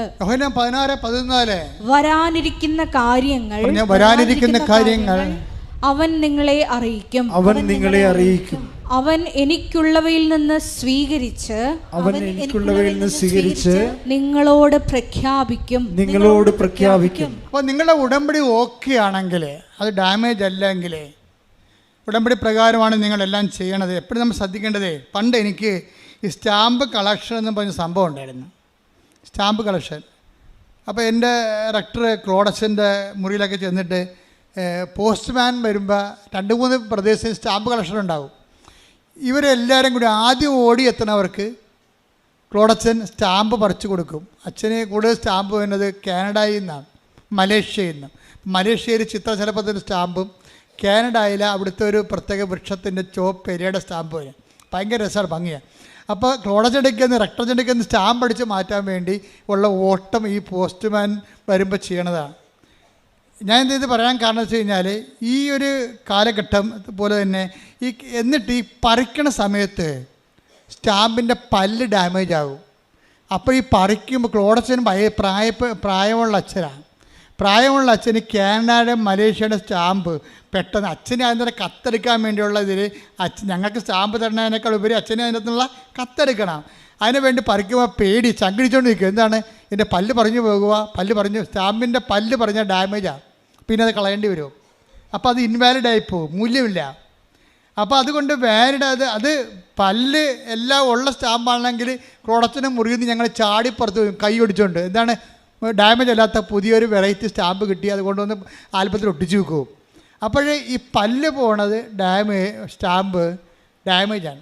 ഉടമ്പടിക്കും ഇതുപോലെ സംഭവമുണ്ട്. ചില ഉടമ്പടി ഡാമേജായി പോവും, പല്ല് പോവും. നിങ്ങൾ ധൃതി കാണിച്ചും അല്ലെങ്കിൽ നിങ്ങളത് വേണ്ട രീതിയിൽ ഇപ്പോൾ അതിൻ്റെ ഒരു ദൈവസ്നേഹം വേണമല്ലോ ഇതിന്. പശുത്താൻ നിറവിലല്ലേ ഇത് ചെയ്യേണ്ടത്. നിരാശയിലും സങ്കടത്തോടെയും ചെയ്തു നോക്കാം. എല്ലാവർക്കും ചെയ്യേണ്ടല്ല. ചെറുക്കൊക്കെ ഈ ഷോർട്ടേജ് അടിക്കുന്ന പോലെ അവർക്ക് എന്ത് കിട്ടിയെന്ന് അങ്ങോട്ട് കഴിഞ്ഞ് വിളിച്ചു ചോദിക്കും, എടി നിൻ്റെ കാര്യം വല്ല നടന്നാ, എടി നിൻ്റെ കാര്യം നടന്നാ.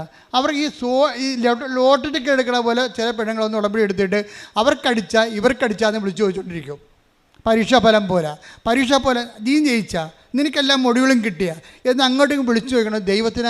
ദൈവത്തിനെ ആക്ഷേപിക്കുന്ന രൂപത്തിൽ ഉടമ്പടി ഫലങ്ങളെക്കുറിച്ച് പരസ്പരം പറഞ്ഞും വിളിച്ചും ചോദിച്ചും ഉടമ്പടി നിങ്ങൾ ഡാമേജ് ആക്കും. ഉടമ്പടി നിങ്ങളും ദൈവവും തമ്മിലുള്ള സ്വകാര്യ രഹസ്യമായൊരു ബന്ധമാണ്. അതിൻ്റെ അകത്തൊരു രഹസ്യാത്മകത ഉണ്ട്.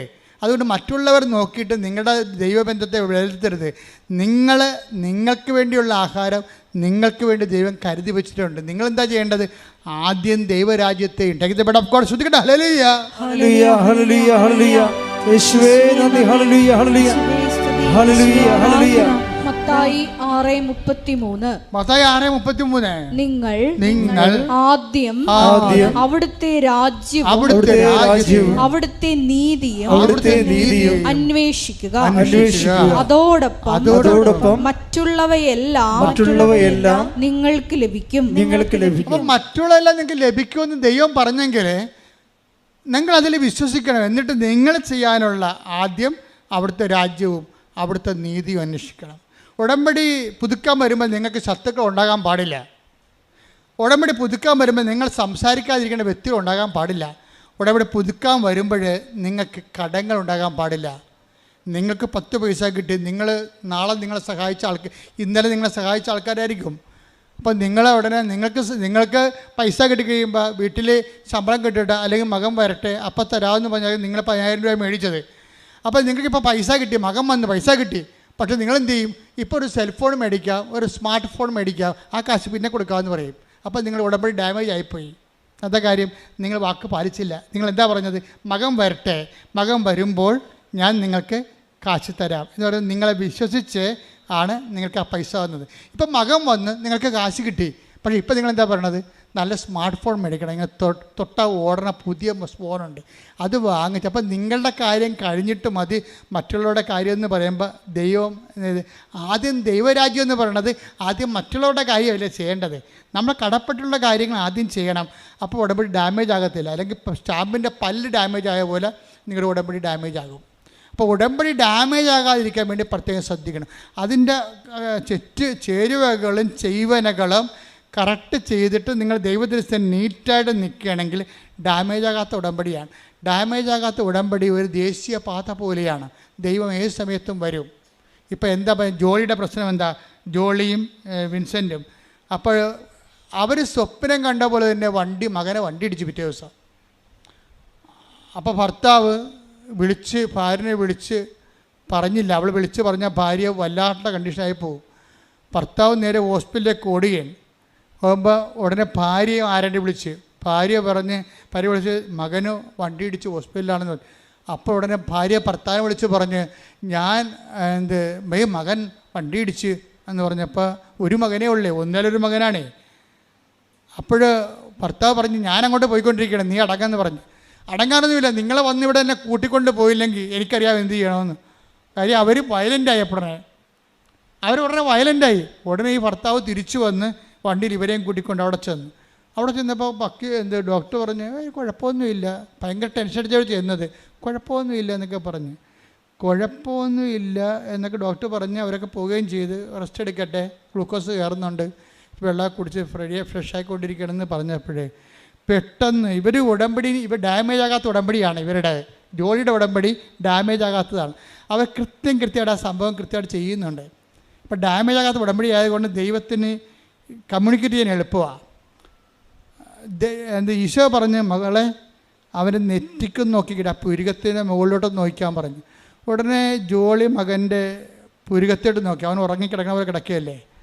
നോക്കിയപ്പോഴുണ്ട് ഒരു നീലപ്പൊട്ട്. അപ്പോൾ ഇവർ നേഴ്സാണ്, സീനിയർ നേഴ്സാണ്. അപ്പോൾ ഈ നെറ്റിയിൽ നീലപ്പൊട്ട് എന്താണെന്നുള്ള ഇവർക്ക് പെട്ടെന്ന് പിടികിട്ടി. ഇവരപ്പം തന്നെ ആശുപത്രിയിലേക്ക് ഓടി സർജനെ കണ്ടെത്തിയും പറഞ്ഞു, സാറേ ഒന്നുകൂടി വന്ന് നോക്കി, തിരിച്ചുണ്ടാവും, സ്കാൻ ചെയ്യണം, ഒരു നീലപ്പൊട്ട് കിടപ്പുണ്ട്, അത് ക്ലോട്ടിങ് ആണെന്ന് എനിക്ക് സംശയമുണ്ടെന്ന് പറഞ്ഞു. അപ്പോൾ ഭർത്താവ് പോയിട്ട് വല്ല കാര്യമുണ്ടോ അവിടെ? ഭർത്താവ് അതിന് കുഴപ്പമില്ലെന്ന്, അവർ നേഴ്സ് സ്കിൽഫുള്ളായിട്ടുള്ള പേഴ്സൺ വരുമ്പോൾ വ്യത്യാസം പറഞ്ഞിട്ടുണ്ടല്ലേ, അവർ നേഴ്സായതുകൊണ്ട് ഹെഡ് നേഴ്സാൻ പറ്റുകയാണ് അവർ. അപ്പോൾ അവരൊക്കെ ഉടനെ തിരിച്ചു വന്ന് സ്കാൻ ചെയ്തപ്പോഴുണ്ട് ക്ലോട്ടാണെന്ന് അറിഞ്ഞോടുകൂടി സിറ്റുവേഷൻസ് ആപ്പടെ മാറി.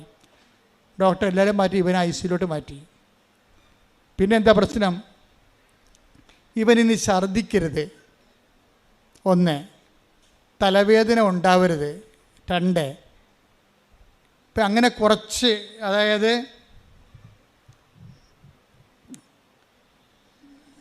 ഛർദ്ദിക്കരുത്, തലവേദന ഉണ്ടാവരുത്. ഇപ്പം നിരീക്ഷണത്തിലായി ഇവൻ. അപ്പം നിരീക്ഷണത്തിലായെങ്കിലും ക്ലോട്ട് ഇത്തിരി സീരിയസ് ആണ്. അങ്ങനെ വന്നാൽ തലക്ക് ഇഞ്ചറി ഉണ്ട്, അതാണ് വിഷയം. അപ്പോൾ തലക്ക് ഇഞ്ചറി ഉള്ള കാരണം ഛർദ്ദിക്കാനുള്ള സാധ്യത 100%. ഇവർ രാത്രി ഉറങ്ങാതെ കഴിച്ചു കൂട്ടും. 3 മണിയായപ്പോൾ ഭർത്താവ് ഉറങ്ങും. അപ്പോൾ 3 മണിയാൾക്ക് ഭർത്താവ് ഉറങ്ങുമ്പോൾ ഇവർക്ക് തോന്നുകയെ, ആരെയും വിളിക്കത്തില്ല ഇവർ അതാണ് ഈ ഡാമേജ് ഇല്ലാത്ത ഉടമ്പടിക്കാരുടെ ഗുണം. അതാണ് ഇവർ പറഞ്ഞ വാക്കുണ്ട്, ഞാൻ ആരെയും വിളിച്ചില്ല, എന്തിനാണ് വിളിക്കണത്? ഉടമ്പടി എടുക്കാത്തവരെ വിളിച്ചിട്ട് എന്ത് കാര്യമെന്ന്. സ്വന്തം അമ്മയും അപ്പനും ഒക്കെ ഉണ്ട്, നാത്തിനൊക്കെ ഉണ്ട്, അവരാരും ഉടമ്പടി എടുത്ത് ദൈവമായിട്ട് ബന്ധമില്ലല്ലോ. അവർ ഒരു മനുഷ്യൻ്റെ ചിന്ത, അവരുടെ സ്വന്തം ചിന്തയാണ്. ഞാൻ ആരെയും വിളിച്ചില്ല, ഞാൻ ഉടമ്പടി എടുത്ത ആൾക്കാരെ വിളിച്ചു. അത് എൻ്റെ മകൻ ഇങ്ങനെ ആശുപത്രിയിലാണെന്ന് പറഞ്ഞു. അപ്പോൾ ഇത് വ്യത്യാസം കണ്ട, ആൾക്കാർ ഉടമ്പടിയെ കാണുന്ന രീതി കണ്ട. അവിടെ ബന്ധപ്പെട്ടവരുടെ രക്തബന്ധമുള്ളവരെയും വിളിക്കണില്ല. അവരുടെ ബന്ധം എന്താണ്? ഈ സമയത്ത് അവർക്ക് വന്ന് മോങ്ങാനല്ല, കെട്ടിപ്പിടിച്ച് ചാകണ മുമ്പ് തന്നെ കുറേ ആൾക്കാർ വന്ന് കെട്ടിപ്പിടിച്ച് കരഞ്ഞില്ലേ മറ്റേ ഗ്രേസിനെ, ആ ജിൻസിനെ കെട്ടിപ്പിടിച്ച്, ഇങ്ങനെ കെട്ടിപ്പിടിച്ച് കരയാനല്ലേ പറ്റത്തുള്ളൂ. പിന്നെ 2 ഓറഞ്ച് വാങ്ങിച്ചു കൊടുക്കാൻ പറ്റും, അല്ലാതെ ഈ കക്ഷികൾക്കൊന്നും ചെയ്യാൻ പറ്റത്തില്ല. അപ്പോൾ അതുകൊണ്ട് ഈ ഇവർ ജോലി പറയണത്, ഞാൻ ബന്ധുക്കളൊന്നും വിളിച്ചില്ല. എന്താ കാര്യം? ഞാൻ ഉടമ്പടി എടുത്തവരെ അറിയിച്ചു. അപ്പോൾ അവർ കുറച്ച് കഴിഞ്ഞപ്പോൾ ഉടമ്പടി തൈലം കൊണ്ട് വന്നു. അതാ വിഷയം. ഞാൻ അകത്ത് കയറി നെഞ്ചിൽ പെരട്ടി ഞാൻ എന്നെ ഉടനെ നേഴ്സ് പുറത്താക്കി. അപ്പോൾ ഈ വെയിറ്റ് ചെയ്യുകയാണ്. കാര്യം വളരെ മോശം കണ്ടീഷനിലേക്കാണ് ആൾ പോയിക്കൊണ്ടിരിക്കുന്നത്. അപ്പോൾ ഞാൻ പുറത്ത് നിന്ന് ജപമാല ചൊല്ലിക്കൊണ്ടിരിക്കുകയാണ്. ജപമാല ചൊല്ലിക്കൊണ്ടിരുന്ന സമയത്ത് എനിക്ക് തോന്നി, എൻ്റെ ഉടമ്പടിക്ക് ആശ്രയം കൊണ്ടുപോയി അവൻ്റെ കഴുത്തേൽ കൊന്തലിട്ട് കൊടുക്കണമെന്ന് പറഞ്ഞു. അപ്പം ഞാൻ മാതാവേ, ഞാൻ ഇത് ചെയ്യാൻ പാടില്ലാത്തതാണ്, പക്ഷേ എൻ്റെ അവസ്ഥ ഇപ്പം അറിയാമല്ലോ. ഈ ഉടമ്പടിക്ക് ആശ്രയം ഇത് മാത്രമേ അവനെ ജീവനിലോട്ട് കൊണ്ടുവരാൻ ഇത് മാത്രമേ ഒരു ആധാരമുള്ളൂ. അതുകൊണ്ട് ഇത് ഞാൻ പറിച്ച് അവൻ്റെ നെഞ്ചിലുള്ള കിടക്കണ കൊന്തേ കെട്ടാൻ പോകണം പറഞ്ഞ് ഇവിടെ അകത്ത് കയറിയപ്പോൾ ഒരു നേഴ്സ് വന്ന് തടഞ്ഞു. നിങ്ങൾ ഇതിനകത്ത് കയറാൻ അനുവാദമില്ല, ഇവിടെ കയറാൻ പറ്റത്തില്ലെന്ന് പറഞ്ഞു. കഴിയുമ്പോൾ ഈ ആളെ ഇവരുടെ കസ്റ്റഡിയിലാണല്ലോ. അപ്പോൾ ഇയാളുടെ ബോഡിയെ തൊടാനോ അമ്മയാണെന്നൊരു കാര്യമില്ല, അത് ചെയ്യാൻ പറ്റത്തില്ല. ഉള്ള കൊന്ത ഊരാനാണ് ഞാൻ വന്നതെന്ന് പറഞ്ഞു. ഇവൻ്റെ കഴുത്തിലെ കൊന്ത ഊരാനാണ് ഞാൻ വന്നതെന്ന് ആ നേഴ്സ് പറയുമ്പോൾ ഈ ചേച്ചി ഉള്ള സത്യം പറയും. നേഴ്സ് അങ്ങനെ ഊരരുത്, അത് മാത്രമേ ഇനിയുള്ളൊരു പിടിവള്ളിയുണ്ട്, അതിന്മേൽ ഈ ഉടമ്പടിക്ക് ആശ്രയം കെട്ടാനാണ് ഞാൻ വന്നതെന്ന് ഇവർ പറയും. അപ്പോൾ അവർ പറയും അതൊന്നും നടക്കത്തില്ല പറഞ്ഞാൽ അവർ പോവും. അവർ പോയി കഴിയുമ്പോൾ വേറൊരു നേഴ്സ് വരും. എന്താ ചേച്ചി കരയണത്? എൻ്റെ മകനാണ്, അതിൻ്റെ കൊന്ത ഊരുമെന്നും പറഞ്ഞിട്ടാണ് അവർ പോയിരിക്കണമെന്ന് പറഞ്ഞു.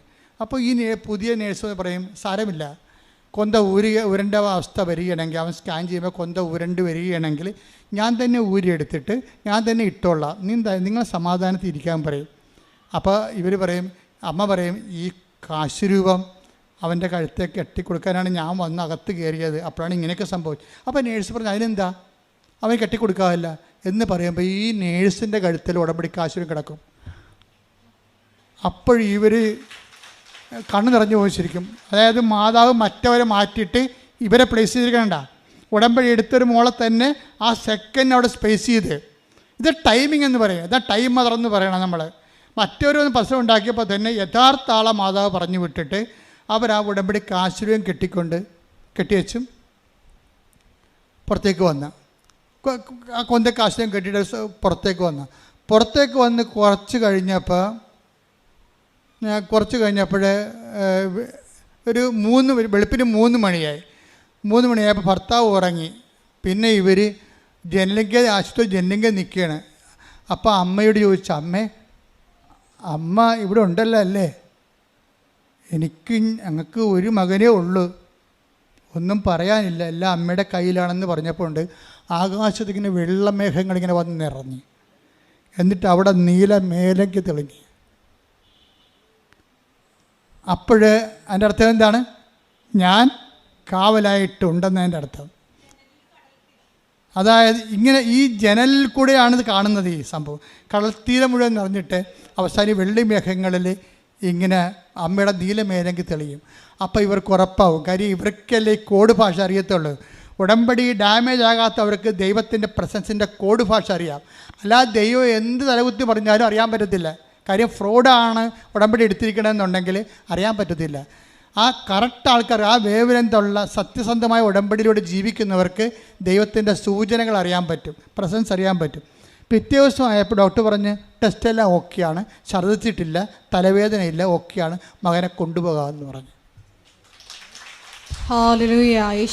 അപ്പോൾ ഇതാണ്. അതായത് ഇവളെ സംബന്ധിച്ചിടത്തോളം അവർ അറിവ് അനുഭവമായി, അനുഭവം ബോധ്യമായി, ബോധ്യം സാക്ഷ്യമാകും. സാക്ഷ്യം രണ്ട് തരമുണ്ട്. അറിവാണ് അനുഭവം ഉണ്ടാക്കുന്നത്.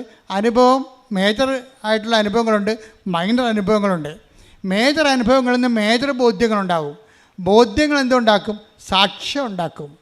സാക്ഷ്യം രണ്ട് തരമുണ്ട്. ജനങ്ങളുടെ ഇടയിൽ ഏറ്റുപറച്ചിലുണ്ട്, സാക്ഷ്യമായി ജീവിക്കണമുണ്ട്. സാക്ഷ്യമായി ജീവിക്കണ രണ്ട് തരമുണ്ട്. വേദസാക്ഷ്യമുണ്ട്, രക്തസാക്ഷ്യമുണ്ട്. ഉടമ്പടി നിങ്ങൾ നയിച്ചുകൊണ്ട് പോണത് ദൈവത്തിന് വേണ്ടി ജീവിച്ച് ജീവിത സാക്ഷ്യങ്ങളിലേക്കാണ്. പ്രാർത്ഥിക്കുക. കർത്താവേ, അങ്ങയ്ക്ക് വേണ്ടി ജീവിക്കുവാൻ, സാക്ഷ്യമായി ജീവിക്കുവാൻ ഉടമ്പടിയിലൂടെ എന്നെ വിളിച്ചതിന് ഞാൻ അങ്ങയ്ക്ക് നന്ദി പറയുന്നു. മരണം വരെ കൃപയിലെ എന്നെയും കുടുംബത്തെയും നിലനിർത്തണമേ.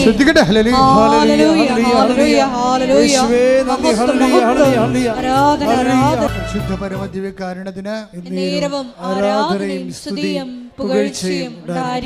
രോഗസൗഖ്യ പ്രാർത്ഥനയാണ്.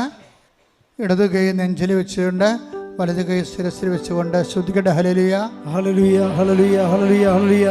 യേശുവേ നന്ദി. ഹല്ലേലൂയ, ഹല്ലേലൂയ, ഹല്ലേലൂയ. മഹത്വം, മഹത്വം, ആരാധന. എൻ്റെ കർത്താവിൻ്റെ ഉന്നതമായ നാമത്തിലെ, സഭയുടെ അധികാരത്തിലെ, കുരിശിൻ്റെ അടയാളത്തിലെ, ദൈവത്തിൻ്റെ ശക്തിയാൽ ഞാൻ മക്കളെ ആശീർവദിക്കുന്ന കർത്താവേ, നിന്റെ തിരുമുറുപാർന്ന വലത്തെ കരം, ആണിപ്പെടുതാർന്ന അത്ഭുത കരം ഓരോ മകൻ്റെ മേലും ഓരോ മകളുടെ മേലും വെക്കണമെന്ന് പ്രാർത്ഥിക്കുന്നു. കർത്താവേ, നിന്റെ ഉന്നതമായ നാമത്തിൽ മാരക രോഗങ്ങൾ, തീരാവേദികൾ, ജീവിത ദുരിതങ്ങൾ, ജീവിത തടസ്സങ്ങൾ ഈശോ ഉച്ച മുതൽ ഉള്ളംകാല് വരെ എല്ലാ കോശങ്ങളിലും കർത്താവിൻ്റെ അകത്ത് നിറയട്ടെ. എല്ലാ പേശികളിലും കർത്താവിൻ്റെ അകത്ത് നിറയട്ടെ. മാരക രോഗങ്ങൾ, തീരാവേദികൾ യേശുവിൻ്റെ നാമത്തിൽ മാറിപ്പോകട്ടെ. ക്യാൻസർ, സിസ്റ്റുകൾ, മുഴകൾ, ത്വക്ക് രോഗങ്ങൾ, ചൊറികൾ, ചിരങ്ങുകൾ, ചുണങ്ങൾ കർത്താവിൻ്റെ അകത്ത് കഴുകപ്പെടട്ടെ. ഉച്ച മുതൽ ഉള്ളംകാല് വരെ കഴുകപ്പെടട്ടെ. യേശുവിൻ്റെ നാമത്തിൽ സൗഖ്യം പ്രാപിക്കട്ടെ.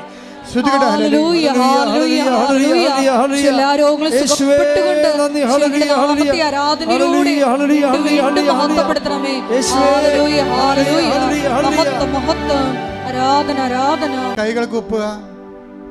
ഇപ്പൊ നമ്മൾ പ്രാർത്ഥിക്കാൻ പോകുന്നത് കർത്താവ് ജീവനോടെ ഇവിടെ സാന്നിധ്യം നൽകുന്ന വലിയ സ്വർഗീയ ശക്തിയുടെ നിമിഷങ്ങളാണ്.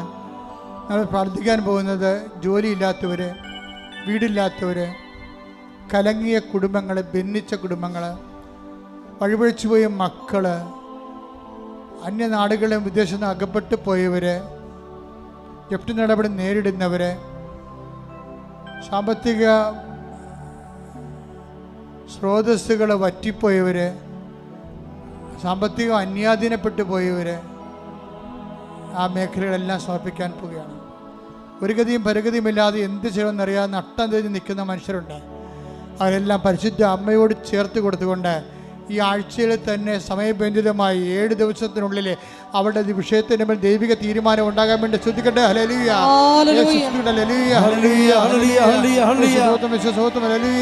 ദൈവത്തിന്റെ കരുണ, ദൈവത്തിന്റെ ശക്തി, ദൈവത്തിന്റെ കൃപ മക്കളുടെ ആവശ്യിക്കട്ടെ. ഈശോ 38 വർഷം 38 വർഷം നേർപ്പിച്ച കൃപായുടെ യോഗ്യതയാൽ ഇയാൾ താഴെ നടന്ന 10,000-കണക്കിന് ആരാധന ശക്തിയാൽ മാരക രോഗങ്ങള്, തീരാ ജീവിത തടസ്സങ്ങള്, തീരാ ജീവിത ദുരിതങ്ങള് യേശു ക്രിസ്തുവിന്റെ നാമത്തില് മാറിപ്പോകട്ടെ.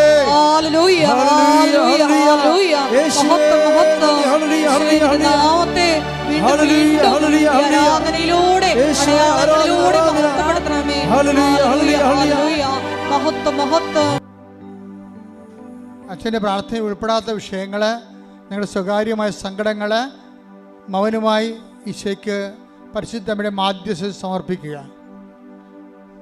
അപൂർവമായൊരു സമയമാണിത്. ഇത്രയും നമ്മൾ വചനം കേട്ടതിന് ശേഷമാണ് ഇപ്പോഴും കർത്താവിൻ്റെ ദിവസം മുട്ടുകുത്തിക്കൊണ്ട് നമ്മുടെ ജീവിത നിലനിൽപ്പിന് വേണ്ടി നിങ്ങൾ കണ്ണീരിടുന്നത്. ഇതിൻ്റെ മേൽ സാക്ഷ്യം പറയാവുന്ന നേരത്തെ നിങ്ങൾ ഈശോയോട് പറഞ്ഞുകൊള്ളുക. സാക്ഷ്യം പറയാൻ സാധിക്കും. നിങ്ങൾ ദൈവത്തിന് ഒരു സമയം കൽപ്പിച്ച് നൽകുക. മാതാവിൻ്റെ മധ്യസ്ഥതയിൽ അമ്മ ഒരു സമയം നിശ്ചയിച്ചു കഴിഞ്ഞാൽ കർത്താവ് അത് മാറ്റത്തില്ലെന്ന് ഓർത്തുകൊണ്ട് തന്നെ നിങ്ങളുടെ വിഷയത്തിന് മേൽ ദൈവിക തീരുമാനം ഉണ്ടാകാം. സമയം നിങ്ങൾ നിശ്ചയിക്കുക. അമ്മേ, പരിശുദ്ധമ്മ, ദേവമാതാവേ, സമയത്തിൻ്റെ മാതാവേ, സഞ്ചാരി മാതാവേ, എല്ലാ മേഖലകളിലും മക്കൾ അനുഭവിക്കുന്ന വിഷയങ്ങൾ സമയബന്ധിതമായി നിറവേറാൻ ആവശ്യമായ ദൈവത്തിൻ്റെ മാധ്യസ്ഥം പരിശുദ്ധ അമ്മയുടെ അപ്രതിരോധ്യമായ സ്വർഗീയ മാധ്യസ്ഥതയുടെ മുമ്പിൽ ഞങ്ങൾ സമർപ്പിച്ചുകൊണ്ട് പരിശുദ്ധ അമ്മയുടെ മധ്യസ്ഥ ഈശോയ്ക്ക് സമർപ്പിച്ചുകൊണ്ട് ശ്രദ്ധിക്കട്ടെ. ഹല്ലേലൂയ, ഹല്ലേലൂയ, ഹല്ലേലൂയ. ഈശ്വരാധന, ഹല്ലേലൂയ. ഈശോയെ സമയബന്ധിതമായി നമ്മുടെ ജീവിതത്തിൽ ഇടപെടുന്നവരുടെ കാരുണ്യത്തിന് നന്ദി പറയുന്നു. പരിശുദ്ധ അമ്മയുടെ മധ്യസ്ഥത്തിന് നന്ദി പറയുന്നു. ഹല്ലേലൂയ, ഹല്ലേലൂയ. മഹത്വം, മഹത്വം. ആരാധന, ആരാധന. ഹല്ലേലൂയ. മൗനമായി സ്വന്തം സ്വകാര്യ സങ്കടങ്ങളെ സമർപ്പിക്കേണ്ട സമയമാണ്. നിങ്ങൾക്ക് വേണ്ടി അച്ഛൻ ഈശോയെ തൊട്ട് പ്രാർത്ഥിക്കേണ്ട സമയമാണിത്.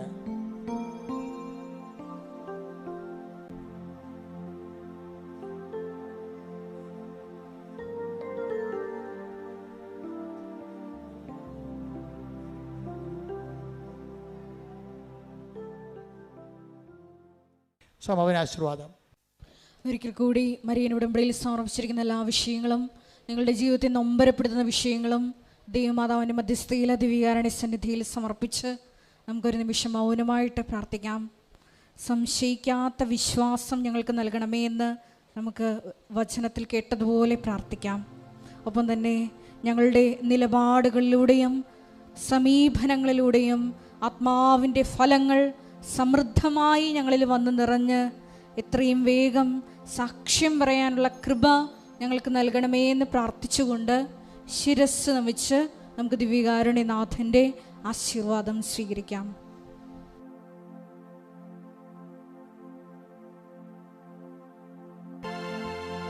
പരിശുദ്ധ പരമമാ ദിവ്യകാരുണ്യമേ, എന്നുമെന്നും അങ്ങേക്ക് ആരാധന. പരിശുദ്ധ പരമമാ ദിവ്യകാരുണ്യമേ, എന്നുമെന്നും അങ്ങേക്ക് ആരാധന. പരിശുദ്ധ പരമമാ ദിവ്യകാരുണ്യമേ, എന്നുമെന്നും അങ്ങേക്ക് ആരാധന. ഒന്നാമത്തെ അറിയിപ്പ്, ഒക്ടോബർ 26 ശനിയാഴ്ചയാണ് നമ്മുടെ ജപമാല മഹാറാലി ഇവിടുന്ന് അർത്തുങ്കലേക്ക് 6 മണിക്ക് ആരംഭിക്കും രാവിലെ. ഇപ്രാവശ്യം തിരുദിശ റോഡ് വിട്ടുകൊണ്ട് നമ്മൾ കടലോര വഴികളിലൂടെയാണ് കാറ്റും കൊണ്ട് പോകുന്നത്. വഴി ഇത്തിരി ഇടുങ്ങിയതാണെങ്കിലും ട്രാഫിക് ബ്ലോക്കുകൾ ഒഴിവാക്കാൻ കഴിയുന്നു എന്നുള്ളതാണ് ഇതിൻ്റെ വിജയം. നിങ്ങളതിൻ്റെ വിജയത്തിനായി പ്രത്യേകം പ്രാർത്ഥിക്കുകയും ചെയ്യണം. ഒത്തിരി പ്രായമുള്ളവരെ, അതായത് ഒരു 60 വയസ്സ് കഴിഞ്ഞവർ റാലിക്ക് അർത്തിങ്ക പള്ളിയിൽ വന്നാൽ മതി. അർത്തിങ്ക പള്ളി പടിഞ്ഞാറക്കുരിശിങ്കിൽ വന്നാൽ മതി. ഇപ്പം ഞങ്ങളവിടെ വരുമ്പോൾ അവിടെ നിങ്ങൾക്ക് ഒരുമിച്ചായിട്ട് വരാൻ പറ്റും. അല്ല, ഈ പോണ വഴികൾ പ്രായമുള്ളവർക്ക് പറ്റാത്ത വഴികളാണ്. പിന്നെ ശ്വാസം മുട്ടി താഴെ വീണ് ഞങ്ങളെ നോക്കാൻ ആരുമില്ലായിരുന്നു എന്നൊക്കെ പറഞ്ഞിട്ട് കാര്യമില്ല. പ്രായമുള്ളവരും ഹൃദയത്തിൻ്റെ അസുഖമുള്ള ആൾക്കാരും തിരക്കിൽ വരരുത്. കഴിഞ്ഞ കൊല്ലം ഒരു കാഷ്വാലിറ്റി ഉണ്ടായതാണ് ഈ വിഷയത്തിൽ. ഒത്തിരി പ്രായമുള്ളവരും, അതായത് 60 വയസ്സ് 65 വയസ്സ് കഴിഞ്ഞിട്ട് ആരോഗ്യമില്ലാത്തവരും രോഗികളുമായിട്ടുള്ളവരും ഹൃദയത്തിന് അസുഖമുള്ളവരൊക്കെ വരേണ്ടത്. അങ്ങനെ വരണ്ടെന്നേ ഞാൻ പറയത്തുള്ളൂ. കാര്യം നിങ്ങൾ വീട്ടിലിരുന്ന് പ്രാർത്ഥിച്ചാലും മതി. ഇനി നിങ്ങൾക്ക് വന്നേ മതിയാകത്തുള്ളെങ്കിൽ തിരക്കില്ലാത്ത സ്ഥലത്ത് അർത്തിങ്കപ്പള്ളി വന്നിട്ട് പടിഞ്ഞാറ കുരിശിക്കുന്ന് തന്നെത്താൻ ജപമാല ചൊല്ലി അകത്ത് കയറിയാലും മതി. ഞങ്ങളുടെ കൂടെ കൂടാൻ നിൽക്കരുത്. കാര്യം വന്ന റാലി വരുന്നത് ഭയങ്കര ഒരു സ്പീഡിലാണ് വരണത്.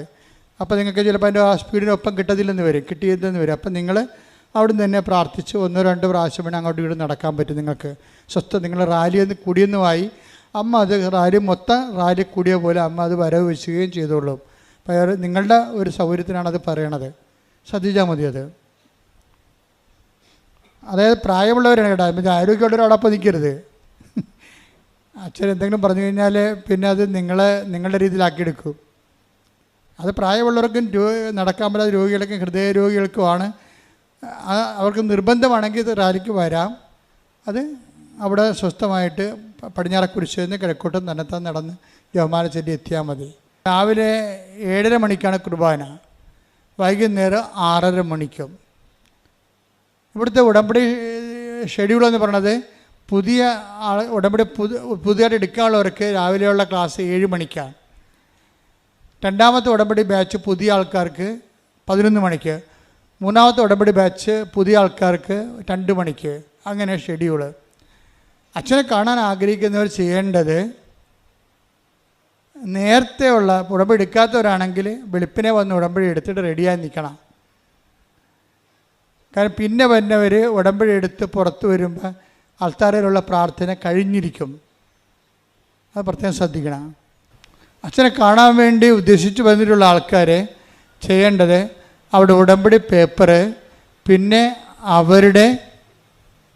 അവർ പറയുന്ന വിഷയം, രോഗമായാലും ജെട്ട് നടപടിയായാലും കേസായാലും അതിൻ്റെ എന്താണ് അവർ പറയുന്ന വിഷയം, അതിൻ്റെ രേഖയാണ്, അപ്ഡേഷനുള്ള രേഖയാണ് ഓഫീസിൽ കാണിക്കേണ്ടത്. ഇപ്പോൾ നിങ്ങൾക്ക് വിവാഹം ഒത്തുവരാത്തവരാണെന്ന് വിചാരിച്ചോ, അപ്പോൾ ചെയ്യേണ്ടത് നിങ്ങൾ അതിന് ഒരു അപേക്ഷ എഴുതണം. മാതാവിന് സമർപ്പിക്കാൻ നിങ്ങൾ എന്ത് രേഖ തന്നാലും അത് മാതാവിന് സമർപ്പിക്കാൻ വേണ്ടി രേഖ ചോദിക്കുന്നതും, പിന്നെ നിങ്ങളുടെ കാര്യങ്ങൾ സത്യസന്ധമാണെന്ന് അറിയാൻ വേണ്ടിയാണ് രേഖ ചോദിക്കുന്നത്. അപ്പോൾ അതിൻ്റെ അകത്ത് കാര്യം 100-500 പേര് ഒരു ദിവസം വരും കാണാൻ വേണ്ടി. അപ്പോൾ മാക്സിമം നമുക്ക് എടുക്കാൻ പറ്റുന്ന 225 പേരെ എടുക്കാൻ പറ്റത്തുള്ളൂ. അപ്പോൾ രാത്രിയാവും, വൈകുന്നേരം ആകും. അപ്പോൾ അതുകൊണ്ടാണ് ജെന്യുവിനായിട്ടുള്ള ഏറ്റവും സീരിയസ് വിഷയങ്ങൾ എടുക്കുന്നതിൻ്റെ കാരണം. അപ്പം നിങ്ങൾ ചെയ്യേണ്ട കാര്യങ്ങൾ ആദ്യം തന്നെ, ഇപ്പോൾ വിവാഹം ഒത്തുവരാത്തവരാണെങ്കിൽ അതിന് നിങ്ങൾ ആധാർ കാർഡ് കാണിച്ചിട്ട് കാര്യമില്ല. മറിച്ച് നിങ്ങളൊരു പേപ്പർ എടുത്തിട്ട് വിവാഹിതനല്ല എന്ന് അല്ല വിവാഹിതയല്ല എന്ന് എഴുതണം. പിന്നെ എന്താ എഴുതണത്? പിന്നെ വേറെ വല്ല കാര്യം ഉണ്ടെങ്കിൽ ഇപ്പോൾ ജീവിത പങ്കാളി ഉള്ള ആൾക്കാരാണ്, അവർ ഉപേക്ഷിച്ചതാണോ, ഡൈവേഴ്സ്ഡാണോ, പള്ളി അറിഞ്ഞത് പിരിഞ്ഞതാണോ എന്നെഴുതണം. പള്ളി അറിഞ്ഞ് പിരിയാതെ ഒരാൾ ഭാര്യ ജീവിച്ചിരിക്കുമ്പോൾ വീണ്ടും വിവാഹത്തിന് ആൾക്കാരെ വന്ന് മുട്ടുകുത്താൻ പറ്റത്തില്ല. സഭാനിയമത്തിനെതിരാണത്. പള്ളി അറിഞ്ഞ് പിരിയാത്തവരാണെങ്കിൽ അതിന് ആദ്യ വിവാഹത്തിൽ നിന്ന് മോചനം, സഭാപരമായ ബൈൻഡിങ്സ് നിന്ന്, നിങ്ങൾ ആധ്യാത്മിക കടങ്ങളിൽ നിന്നും ബാധ്യതകളിൽ നിന്നും നിങ്ങളുടെ ആത്മാവ് ലിബറേറ്റ് ആയിട്ടില്ലെങ്കിൽ, സഭ അതിന് നിങ്ങൾക്ക് മോചനം നൽകിക്കഴിഞ്ഞിട്ടാണ് വിവാഹത്തിൻ്റെ കാര്യം ഒത്തുവരാൻ വേണ്ടി നിങ്ങൾ. പിന്നെ സഭ അത് നൽകണം, അല്ലെങ്കിൽ സിവിലിൽ നിന്ന് അത് കിട്ടണമെന്നുണ്ടെങ്കിൽ നിങ്ങളുടെ അപേക്ഷ സഭ കോടതി കൊടുത്തിട്ടുണ്ട്, അതുവരെ കിട്ടിയിട്ടില്ല. അപ്പോൾ ഞാൻ പ്രാർത്ഥിക്കുന്നത് വിവാഹം ഒത്തുവരാനല്ല, സഭാ കോടതിയിലെ പ്രൊസീഡിങ്സ് എത്രയും വേഗം പൂർത്തിയാക്കാൻ വേണ്ടിയാണ് പ്രാർത്ഥിക്കുന്നത്. സിവിൽ കോടതി കൊടുത്തിട്ടുണ്ട്, കേസ് നിലവിലുണ്ടെങ്കിൽ ഞാൻ പ്രാർത്ഥിക്കുന്നത് എത്രയും വേഗം ആ കേസ് നിലവിലാകാനാണ് ഞാൻ നിങ്ങളുടെ അപേക്ഷ മാതാവിൻ്റെ അടുത്ത് വന്ന് കൊടുക്കുന്നത്. അപ്പം മാതാവ് അത് ഒട്ടനെ റിലീഫ് ചെയ്യും. പിന്നെ എപ്പോഴും നമ്മൾ ശ്രദ്ധിക്കേണ്ട ഇതാണ്, നിങ്ങളുടെ കയ്യിലാണ് മിസ്റ്റേക്ക് എങ്കിൽ ഞാൻ നിങ്ങളോട് അപ്പോൾ പറയും ഇത് നിങ്ങളുടെ കയ്യിലാണ് മിസ്റ്റേക്ക് ഉള്ളത്, അല്ലെങ്കിൽ നിങ്ങളുടെ ഈ മിസ്റ്റേക്കൊക്കെ നിങ്ങളെ കൊണ്ടുവന്നതിൻ്റെ ഏജൻറ്റുമാർ വേറെയാണ്, അതെല്ലാം ഇവിടെ വെച്ച് പറയും. ഇന്ന കേസ് കൊണ്ടാണ്. അപ്പോൾ അതുകൊണ്ട് നിങ്ങൾ അതിൻ്റെ കൂടെ ചേർന്ന് കഴിഞ്ഞാൽ ഈ വിഷയം ടേക്കപ്പ് ചെയ്യാൻ സമയമെടുക്കും. ആദ്യം നിങ്ങളുടെ തെറ്റ് വെരിഫൈ ചെയ്യാൻ, റെക്ടിഫൈ ചെയ്യാൻ പറയും. കാരണം ദൈവമായിട്ടുള്ള കളി നിങ്ങളെ പോഴം കളി കൊണ്ട് നടക്കത്തില്ല. വേണേൽ കെട്ടിയ പെണ്ണമ്മയൊക്കെ വീട്ടിൽ നിന്ന് എന്തെങ്കിലുമൊക്കെ പറഞ്ഞുകൊണ്ട് വിടാം, അല്ലെങ്കിൽ കെട്ടിയ പുരുഷനെ വേറെ ഒരാളെ കണ്ട് അതിനടിച്ചിട്ട് നിങ്ങൾക്ക് ഒഴിവാക്കാം. അതൊക്കെ ഈ മനുഷ്യന്മാരുടെ ഇടയിലും കിളികളുടെ ഇടയിലും പക്ഷി മൃഗാദികളുടെ ഇടയിലൊക്കെ ഇതുപോലെയൊക്കെ ഉള്ള കൂടുമാറ്റമൊക്കെ ഉള്ളതാണ്. പക്ഷെ അതൊന്നും അൾത്താറെ ദൈവം അംഗീകരിക്കത്തില്ല. ദൈവം കൂദാശ ചെയ്ത് വെച്ചതാണെങ്കിൽ അതിൻ്റെ ഗ്രൗണ്ട്, ആ കൂദാശ നടന്നിട്ടില്ല എന്നുണ്ടെങ്കിൽ സഭയാണത് പറയേണ്ടത്. അല്ല നിങ്ങൾ വീട്ടിൽ ഇരുന്ന് കുത്തിയിരുന്ന് പറഞ്ഞിട്ട് കാര്യമില്ല.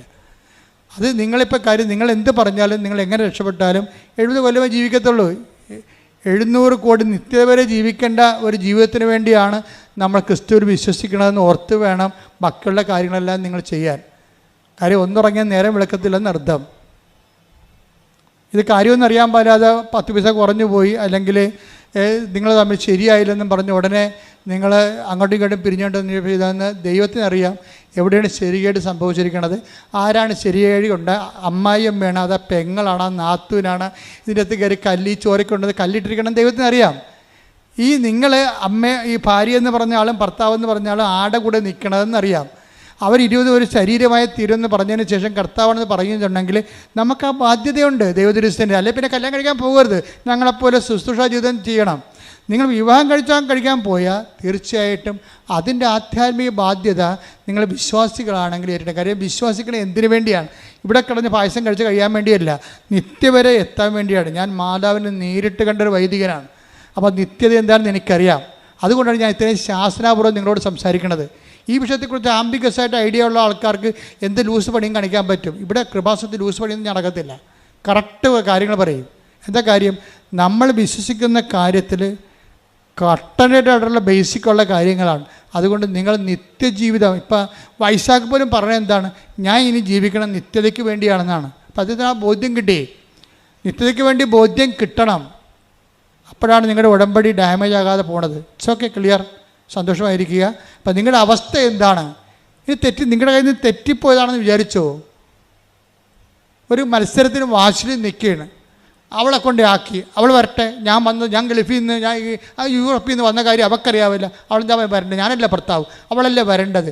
ചിലപ്പോൾ ഒരു വാശിയായി. അപ്പം അച്ഛൻ എന്നോട് പറയണം, അച്ഛൻ ഒരു വാശിയിലാണെന്ന് പറയണം നിങ്ങൾ എന്നോട്.